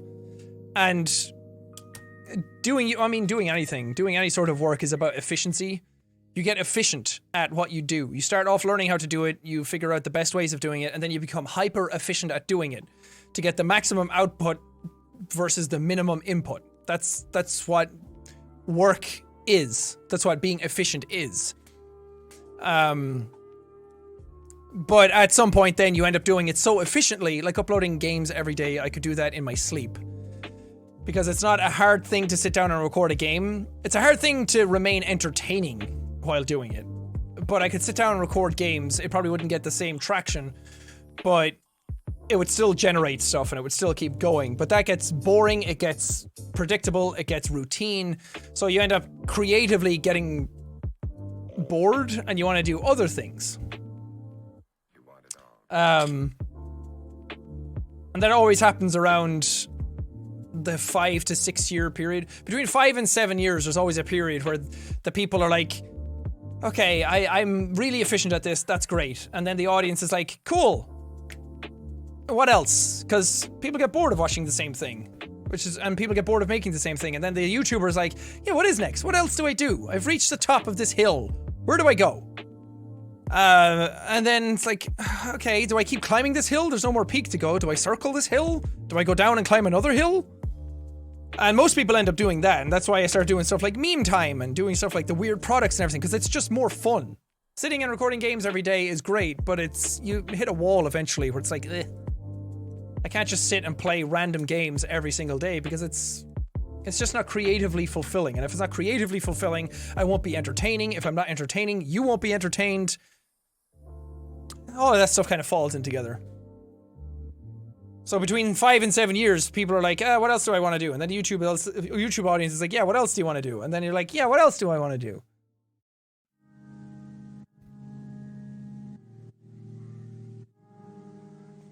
Do I miss playing Happy Wheels? No. Happy Wheels was just the same thing over and over again. Super fun at the time, but now it's not like one of those games where people tend to think that Happy Wheels is one of my favorite games ever made because I uploaded so many episodes on it, but no, it was just a fun, entertaining thing to do, and people clearly liked it. So it always gave me energy to get back into the next episode to be like, here we go again, something familiar. But after doing that for 100 episodes, you kind of be like, it'd be like that. More quizzes? What other weird ones were there? I'll go back to that site and see if there's any other strange ones. I like the one that's like, when will I die? Am I a sadist? Are you going to play Jedi Fallen Order? I've been playing some of it in my spare time. It's not really clicking with me yet. I like the visual style of it, and I like the exploration and stuff in it, but the combat is kind of turning me off. Because recently I went through Bloodborne and Dark Souls 3 again, and those are so perfectly hitbox oriented that going to something that's emulating that kind of style but with clumsier hitboxes kind of annoyed me. But I want to give it a chance because everybody else is saying how fun it is. So I might just go into it for the story. It gets better as you unlock new skills. Okay, I'll give it a chance. I won't quit on that! You hyped for the new episode of Life is Strange 2? Honestly, not really. I wish I was, but the last few episodes of season 2 are kind of like... I feel like I'm kind of going through the motions with them sometimes. Some of the episodes are just really bad, and then others have like little glimmers of good moments, but... I like Life is Strange for the sci-fi elements. And I like them for the powers and the world building and that kind of stuff. And, what does this mean? It's showing the powers, but... It seems like most people enjoy Life is Strange for the teen drama aspect of it, and that kind of thing, and I'm just not really into that. The characters don't sing to me. Life is Strange 1, they did, and I was way more into it, because the characters were better, the setting was better, the stakes were better, and the powers were more relevant and way better. Whereas now it kind of feels like the powers are kind of a byproduct of the teen drama, and just kind of a side character, and they're not really part of it anymore. Until something at the end of each episode has to happen and Daniel goes crazy and then it's like, oh yeah, now you have your powers.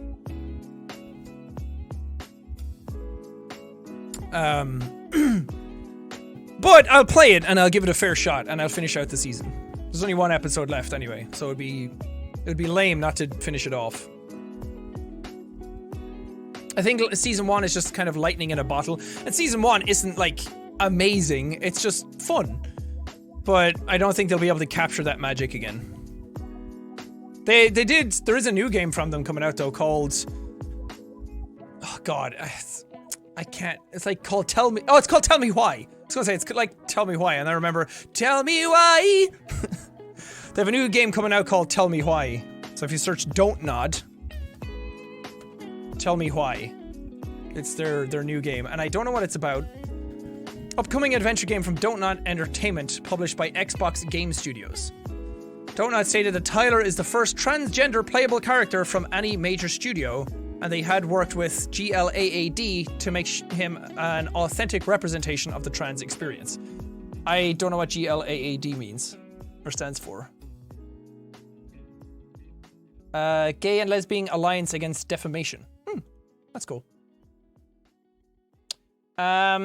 Set to be released in 3 episodes in mid-2020 for Xbox One. Oh, and Microsoft Windows. The game is centered around twins Allison and Tyler, who travel to their childhood home in Alaska and must come to terms with the events from their childhood, particularly for Tyler as he transitioned to male since then. The story involves how their childhood situation influenced... My font on Google is all broke, so it's hard to read. Affects their mother. Don't Not say that. Yeah, I read that. The player will revisit parts of the old home with both of the twins and experience separate visions and memories of what transpired. That's cool. The player will make decisions for the pair based on which version of the past events to believe and will impact the game's outcomes. That's cool. I like that. So you go in as both characters and each one of them see memories a different way and you have to try and figure out which one is the truth. That's cool. I like that. It still might be teen drama heavy, it sounds like, with no powers and stuff, but the powers are what I like, because I don't think Don't Nod are the best writers. And some of the dialogue, it just kind of makes me not be super invested in it. But it's a different idea, it's a different concept, I'll give it a shot.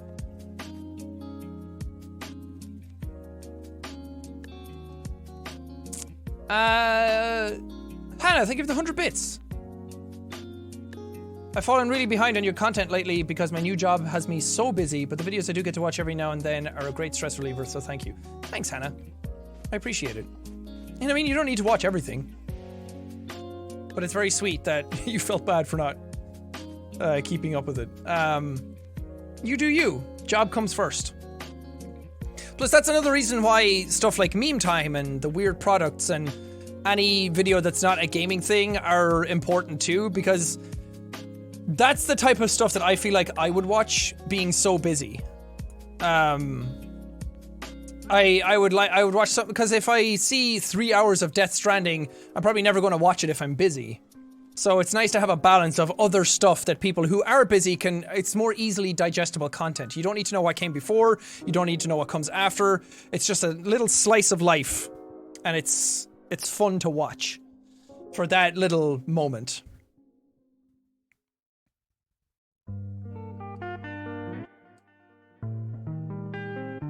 Lucas, thank you for the 500 bits. Jack, next year on December 30th, 2020 will be the 20th anniversary of the original Bionicle toy line and storyline. It's also a long shot, but would you consider playing that old Flash game, I don't know, Mata Nui? On stream or something for that. I mean, I can't promise anything because I'm not really into that stuff, but I'll definitely take your consideration for it. I'll look into it. Lizzie, thank you for the 1,000 bits. You as a person are the reason why we stay. Watching you grow and evolve and connecting with the community is the best part of your channel. Well, that's sweet. Thank you.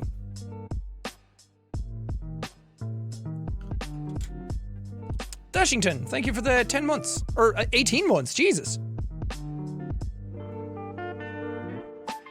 Do I not do Ocean Man anymore? Oh, I forgot. Does Hydrate Bot even show up? Ocean Man's on the Discord. Shiria, thank you for the 2,000 bits. Hi Sean, how are you? I just want to say that I'm not sure if we'll ever get the chance to meet again, but I honestly feel so lucky and really glad to have gotten the chance to meet you at PAX East. This year at PAX East, love you so much. That's really sweet, thank you. Shiria, I would remember your face if I saw it. But I appreciate that, thank you. I'm glad we did get to meet.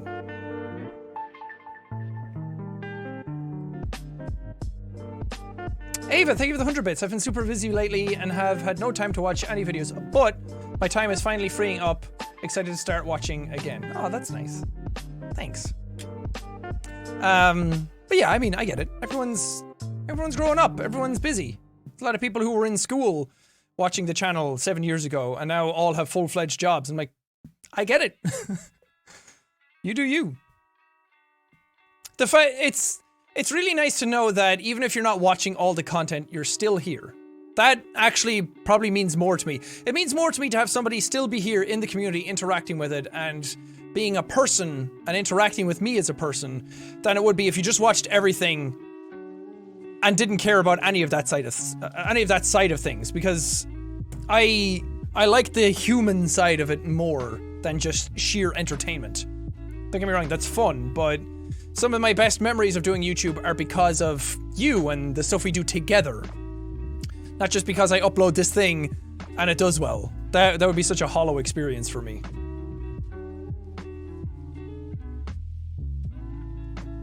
Rokath, thank you for the 100 bits. Haven't been having a great day, so this is nice. Oh, I'm sorry that your day was bad. Hope that tomorrow was better. And if it's not, one of them will come along soon. And even if it's not soon, they'll come along eventually. So hang in there and keep going. Man, your fans are really sweet. I love this community. Yeah. They're good beans. That's why I miss doing these types of streams, because it's nice to just kind of like hang out and chat. That's why I miss doing these types of streams, because it's nice. I opened up the stream like a dupe. Whoops. That was not what I meant to click. Game Awards predictions? Oh. What do we have for the Game Awards? What are people nominated for? And the nominees are, I mean, there's a lot of them.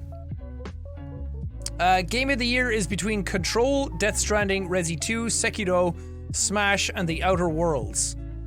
I personally would vote for Resident Evil 2. I've played all of them except The Outer Worlds. I played Control in my spare time. Really interesting game, but I don't think it's Game of the Year. It had a... Control deserves an award for art direction because it had a super striking visual identity, and I fucking love that.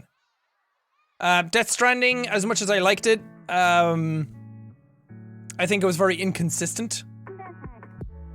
And it's very up and down. As a piece of art, I think that it's really good. But Resi 2 was the one that I remember most fondly. That was such an amazing game. An amazing remake, an amazing game on its own. It's just a fun-ass video game. It has a decent story, the characters in it are fun, the gameplay itself is top-notch. Sekiro I liked, but I feel like it's very shallow. Especially going back and playing Bloodborne and Dark Souls again, it's like, I have no intention of playing Sekiro again. Not anytime soon, because there's no depth to it. There's no other armors you can get. There's no other weapons you can get. There's no other builds you can do like you can with the old games. So it just left me feeling like it's a really good game, but... And the art style in it was amazing, but again... I think Resi 2 was the most replayable out of all of them. Smash, I like, but I don't think a fighting game will ever win Game of the Year. Wait, has a fighting game won Game of the Year and I'm wrong? Maybe. Some of the other ones I'm interested in. I don't care about action game, action adventure game. A lot of these are the same things. Art direction is Control, Death Stranding, Grease, Gris, Sayonara, Wild Hearts. Never even heard of it. No, don't get me wrong. That's not to say that it shouldn't be nominated. I've just never heard of it. Sekiro and Link's Awakening. Art style, I'd probably give to Sekiro. Or Death Stranding. Death Stranding and Control have a lot of the same kind of visual striking imagery. It's very, like, sci-fi. But I'll give it to Death Stranding over Control. Because Control is really cool, but Death Stranding has all these, like, little things. I said it in the playthrough that if you see these types of strands now, you think of Death Stranding. If you see a baby in a pod, like, that baby in the pod is so visually identifiable just towards Death Stranding and nothing else, that alone shows that Kojima had like a pure vision of what he wanted. Them crying after the BTs show up, the BTs themselves, the little Audra deck, like all that stuff was so consistently amazing in that game that you can't not appreciate that despite what the game actually is. Grease is gorgeous as well, but I haven't played that much of it. Grease just wasn't that fun to play. Audio design, Modern Warfare, Control, Death Stranding definitely deserves audio design award. Resi 2 was also pretty good in the sound design department. Especially the surround sound implementation, but Death Stranding sound design is movie quality.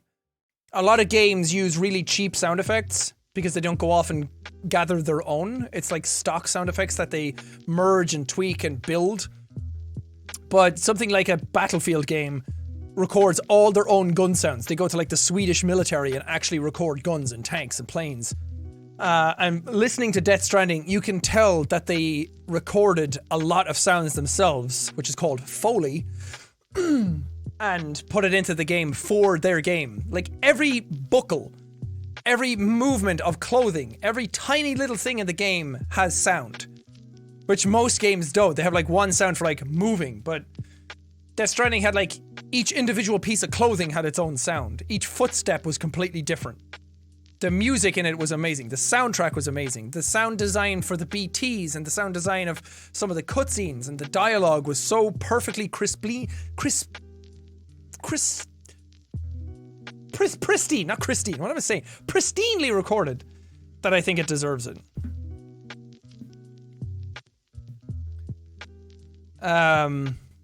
What else is good? Community support. Content Creator of the Year. Courage, Dr. Lupo, Ewok and GREFG. I've never seen their stuff.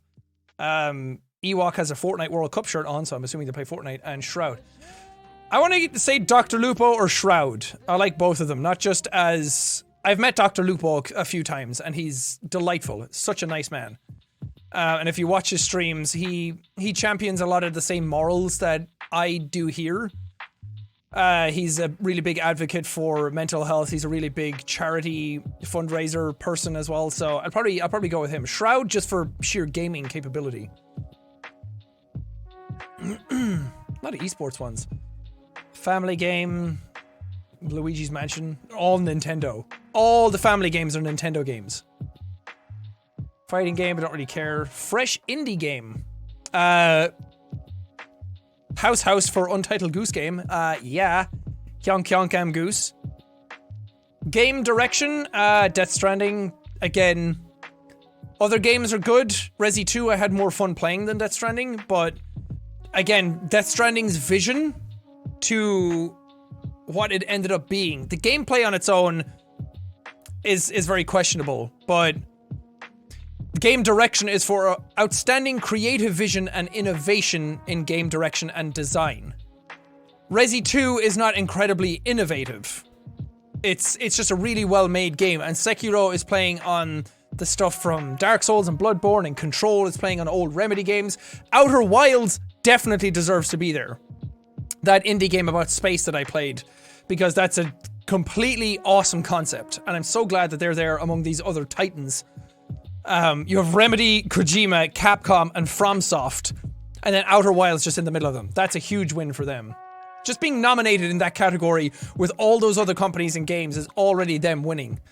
But Death Stranding, for what it tried to do, and again, the story and the concept and the sheer visual identity for that game, I think, stuck with me a lot more. Put it this way, Death Stranding really inspired me to make things. Playing Control, Resi 2, Sekiro, or Outer Wilds, not really. Death Stranding really made me want to create my own projects. So for me, that's why it would win.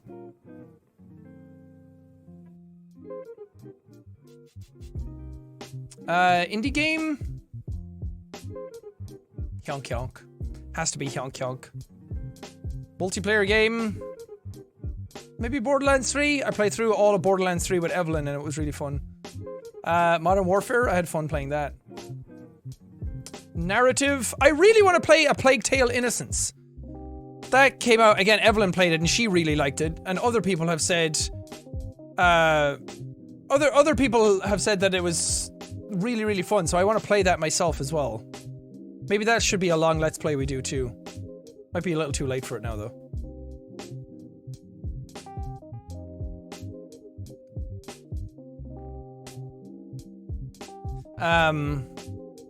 But narrative, I've heard Disco Elysium is really good.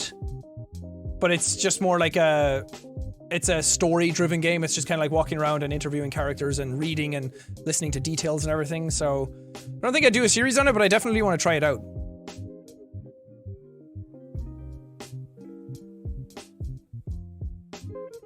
Ongoing game? I don't know, Apex? Performance! We've Ashley Birch for Parvati in Outer Worlds. I haven't heard her in it, but I'm very familiar with Ashley Birch's work. Courtney Hope for Jessie in Control. Nah, I think the character was kind of poorly written, so I don't know. The performance didn't really stand out to me. Laura Bailey as Kate Diaz in Gears 5. I haven't played it, but Laura Bailey is really good. Mads Mikkelsen as Cliff, Matthew Porretta as Dr. Casper Darling in Control, and Norman Reedus as Sam Porter Bridges. As much as I like Norman Reedus, I don't think his character in the game is that diverse. I think he's mainly silent for most of it to kind of be like an avatar for the player. To kind of let you play it out, and he doesn't really say a whole lot. His performance, he doesn't really do that different. He's kind of just the same character the entire way through. But Mads Mikkelsen's character is really good. He was the best character in that game, so I would say Mads Mikkelsen should win that. But it is really weird to see Norman Reedus and Mads Mikkelsen in a game performance character category with all these other people. It's like we're hitting that merge point now where big actors are coming in to maybe snipe awards from people who have been in games since the beginning. That's wild. Thought they'd have Troy for Higgs. Higgs is not that great a character though. He's not fleshed out. He has so much potential, and Troy did a great job on him. Not to knock against him, but I just don't think he's not really anything. By the time you finish the game, I'm not going to spoil it here, but he just kind of goes nowhere. And he left a bad taste in my mouth by the end of it. He hot though. That's true, Archive. He is very hot, but that's just because Troy's hot. Not because Higgs is hot. But yeah, my vote goes to Mads Mikkelsen. I'll also be at these awards, so it'll be interesting to see which of these actually come true.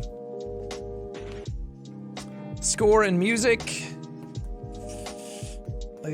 Death Stranding, because it's really the only one I've played that the music stood out to me. It's like Cadence of Hyrule, Devil May Cry 5, Kingdom Hearts 3, and Sayonara Wild Hearts. This is why I'm not voting on all of them or saying anything on most of them because I don't really know. VR or AR game? It's weird to see Five Nights at Freddy's not be nominated. Their VR game is really damn good. You can say what you want about Five Nights at Freddy's, but the VR game is really good. I'd say it's probably better than the actual Five Nights at Freddy's games. But I would say Beat Saber definitely deserves to win VR game. Because Beat Saber revolutionized VR for a lot of people. It's the game a lot of people I know who have VR play daily.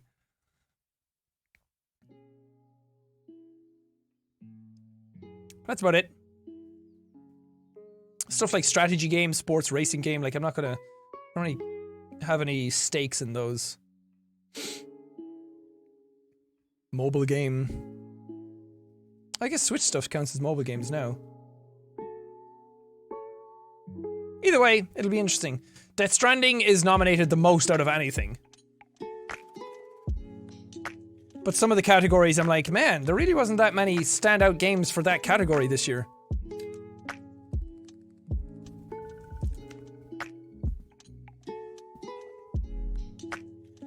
VR chat.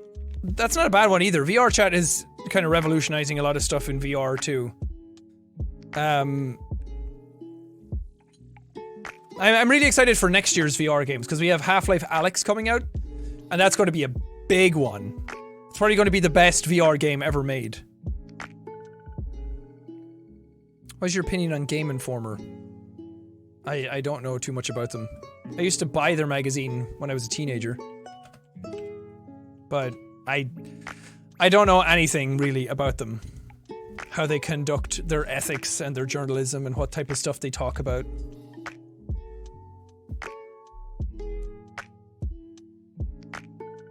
Tommy Earl Jenkins deserves a nod for the best single scene performance.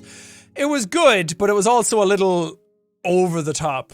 There's a fine line between drama and melodrama, and his kind of went a little too over the top, but he did put in his best part of the whole game is that one scene at the end. Y'all, I just watched The Joker, that shit's deep. I don't know if I'd say The Joker's that deep.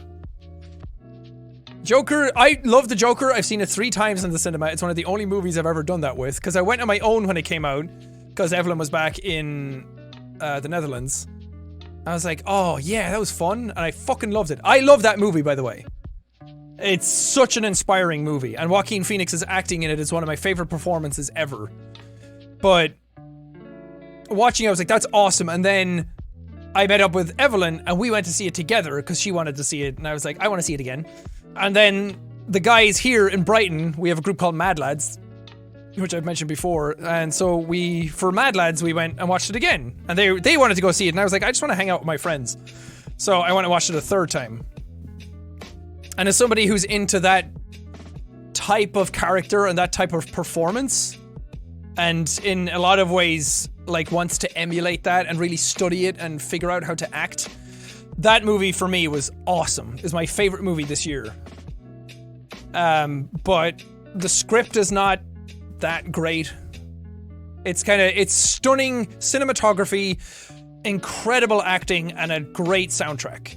And then if the script was as good as all of those other three things, it would be a fucking knockout movie. But it was a little let down by some of the writing.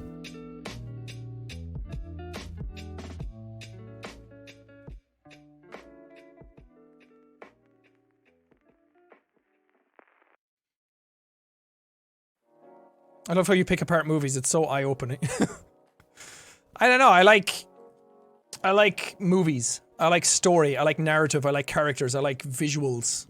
It's the same with games. I think that's why I like games so much, is because I like going over them. I think I have a good eye for those things, and I think that I have a good understanding. I don't know how to write movies. I don't know how to shoot them or anything, but I definitely know what I like and what I don't like. And I think that my styles and my thoughts on things, I don't know. I'd like to think I know a little bit of what I'm saying. What movie am I going to be in? I'm going to be in Free Guy next year. Or at least I recorded lines for it.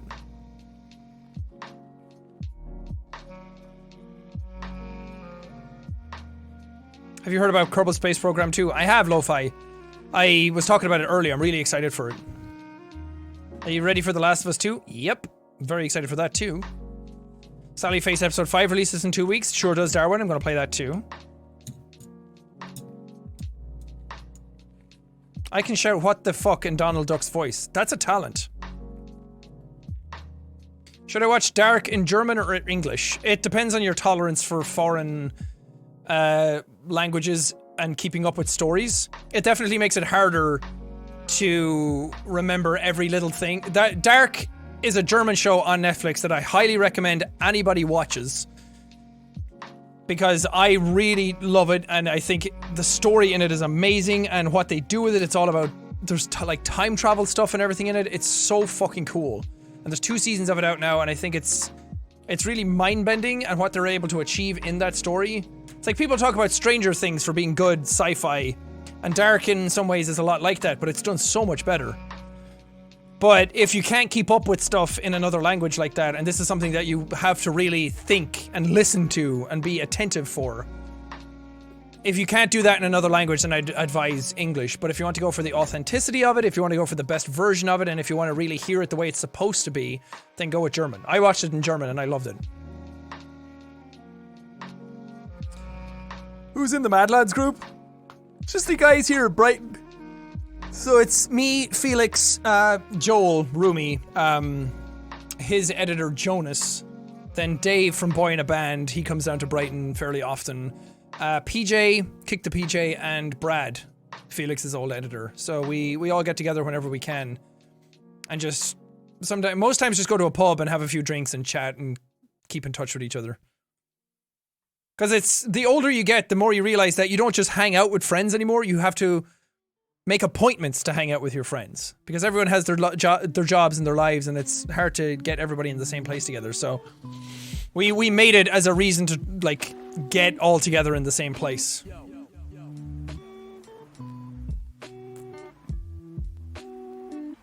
Who's the best at karaoke out of the Mad Lads? I mean, Joel's a singer, so probably him.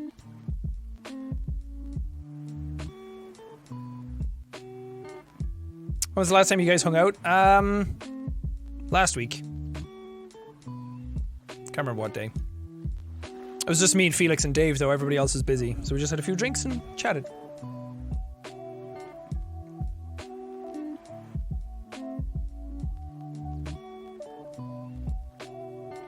I've noticed this now with my friends since we're all left for uni. Yep, that's where it happens. Once you leave like secondary school, that's when the splits start going because everyone goes to college or work or does whatever with their lives. So it's hard to keep up with everybody. Do you know why Disney hasn't released Disney Plus to you guys? I don't know if you're actually asking, Neek, or if you're like leading to a joke. Like, you know why Disney Plus wasn't released to you guys? Because you suck.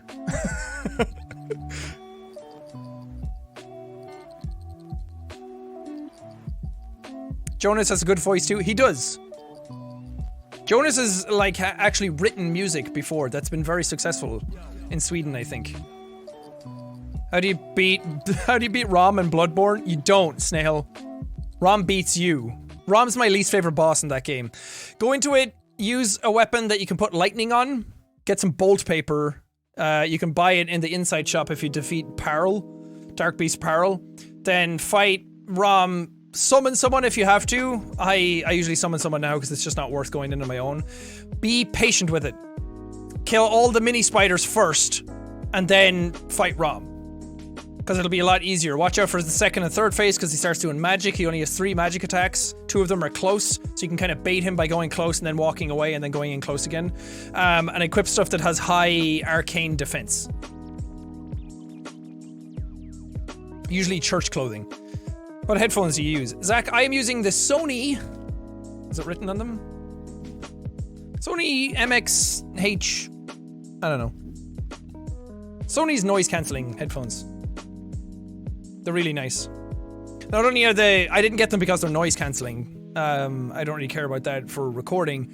But they just have some of the best audio I've ever heard out of headphones.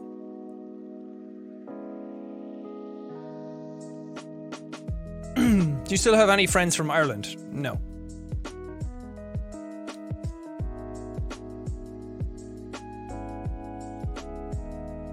Who do you think was better, Joaquin Phoenix or Heath Ledger? They're completely different Jokers, so I can't pick. It all depends on what style of that character you're into.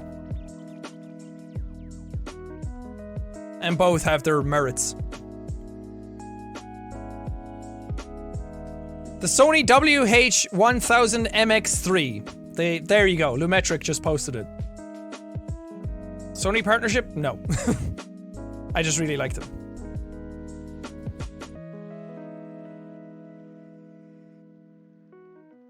Karaoke is more fun if you can't sing. Amen, Lee. That's my wheelhouse. That's where I live. I can sing a little bit, but I usually overdo it and blow out my voice, and that's when it starts to get real fun. What about Jared Leto? Let's never speak about that abysmal performance ever again. Chic, thank you for the 5 gifted subs. That's so sweet, thank you. Or drunk. It usually goes hand in hand, Kays. Do some impressions, please. I wouldn't know what to do. That, and I've been talking a lot for the last like 2 hours consistently, so my throat's a little dry. I did do a Pennywise impression in the last episode of Little Misfortune that comes out tomorrow. War has changed. Classic.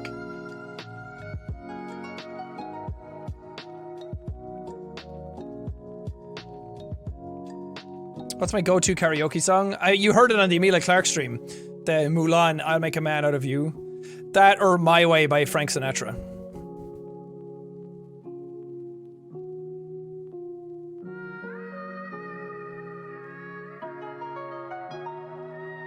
News on Cloak. We restocked today. All the old stuff. Well, not all of it, but some of it. Do you like heroes or villains better? Villains. Villains are usually have more depth to them, depending on the source material.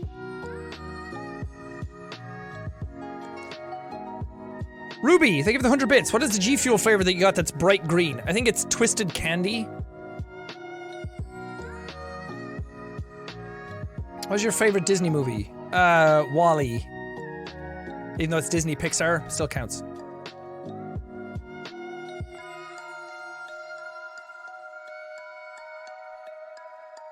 Any plans to restock any of your other cloak campaigns?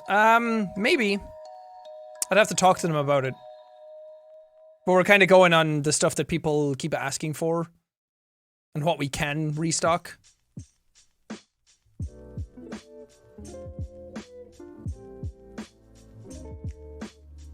Oh, what's up, Churro? Welcome to Twitch. Will you make new Jacksepticeye merch? Yes. I really want to start making more stuff around the Jacksepticeye stuff. We have the memes is memes shirt that came out, and I really like that. I just think it's cool looking. And they did a new iteration of the eye logo. But I can't come up with many designs myself, so I need somebody to help. We need some artist people to come in and be, because they have artists that work on the stuff, but they're usually not up to date on what's going on in the channel.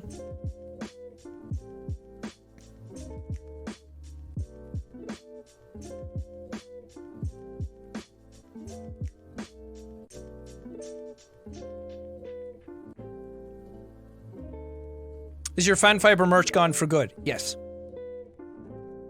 Frosty, thank you for the... Or F20 Stee. Thank you for the 510 bits. Hello, Dad. When will we get a new Discord invite link? I don't know. I think we'd probably be able to open it up again soon. I think the mods have a good handle on it, and I think we also brought in some people to help out the mods too, who don't have full mod privileges, but they're able to just like flag down messages and spam and things like that, and that's been a big help so far. If you need me to make any designs, hit me up, I can draw. Oh, Camilla. It's sweet that you think that.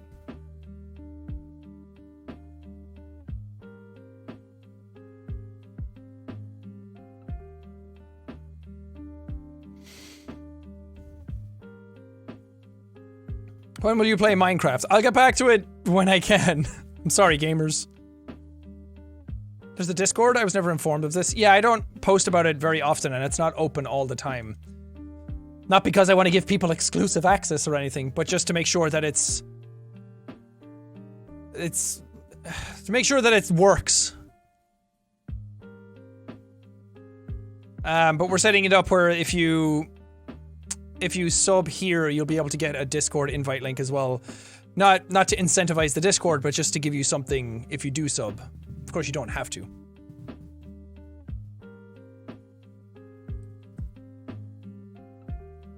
Are you on the server often? I don't message much, but I definitely peruse. There's a lot of rooms in it, so it's hard to keep up with all of them. But it's nice to see some people's reactions to different things.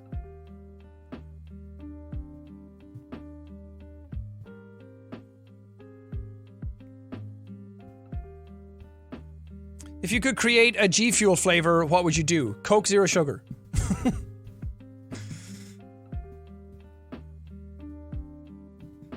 Ruby, thank you for gifting 2 subs.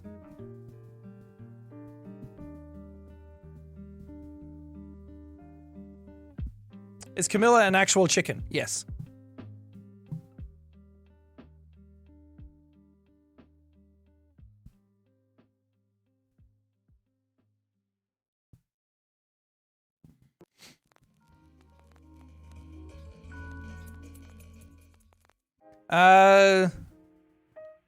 Once you become a famous movie star, it's over for Coke. I'm gonna make my own Coke.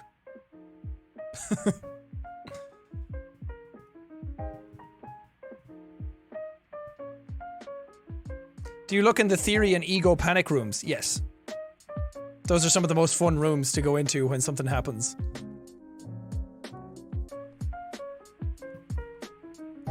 Potato Coke? Ew. Yes, I'll make potato flavored drinks.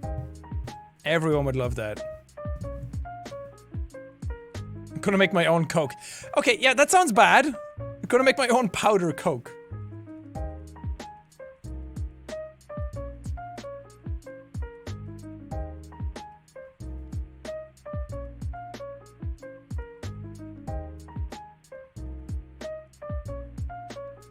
I miss these chat streams so much, it reminds me of reading your comments. Me too, Blue. It's nice to hang out and reconnect with you guys. Just kind of talk about stuff, because you don't get to...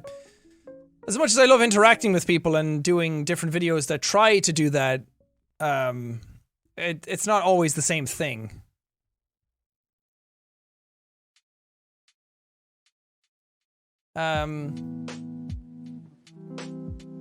Firsts! Thank you for the 510 bits. Nitro boosters should get link, not gonna lie. I don't know the ins and outs of it. So I will definitely look into that as well. It's not because I don't think they don't deserve it, it's just because I haven't thought about it. Rexy, thank you for the 5 subs again. Jesus. What happened to the lamp? It spoke up, folks, and I'm tough.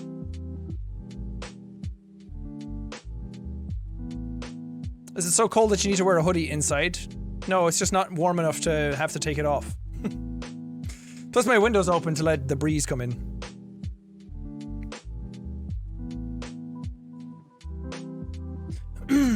Gracefully, thank you for the tier 1 sub.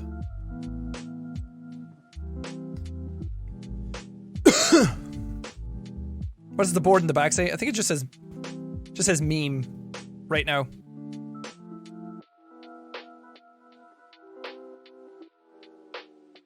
A wild Marpek appears. What's up, Marpek?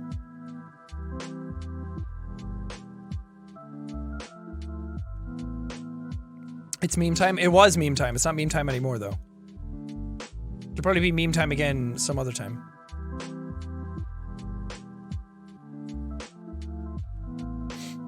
Lamp looking thick. Jesus. Dude, damn, boy! That's a thick lamp! Damn, boy!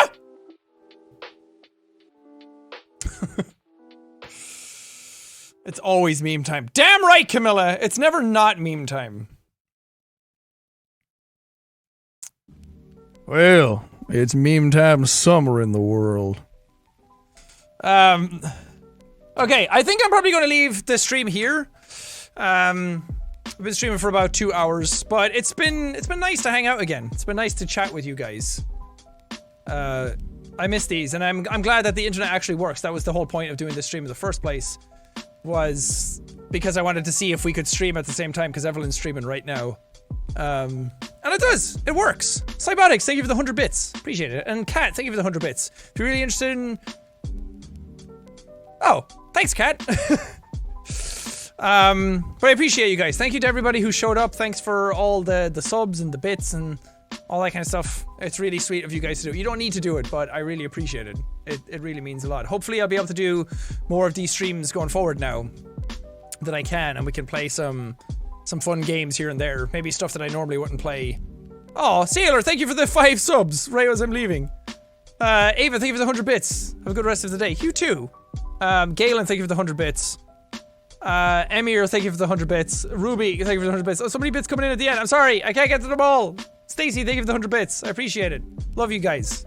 It's good to be back and streaming a little bit more. We'll do it more often in the future.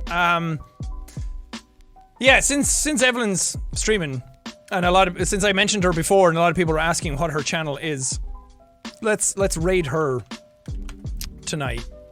And send her some PMAs. She's playing Star Wars Jedi Fallen Order, so if you want to see some of that, because I haven't been playing it outside of videos, you can go watch her do it. She's really into it, and it looks like a fun game. So go send her some love. She's very sweet. She's my boo. But again, thank you guys. I appreciate it. So I'm gonna leave that there, and I'll bounce out right as the music is ending. It's like I planned it. I'm a genius. Goodbye.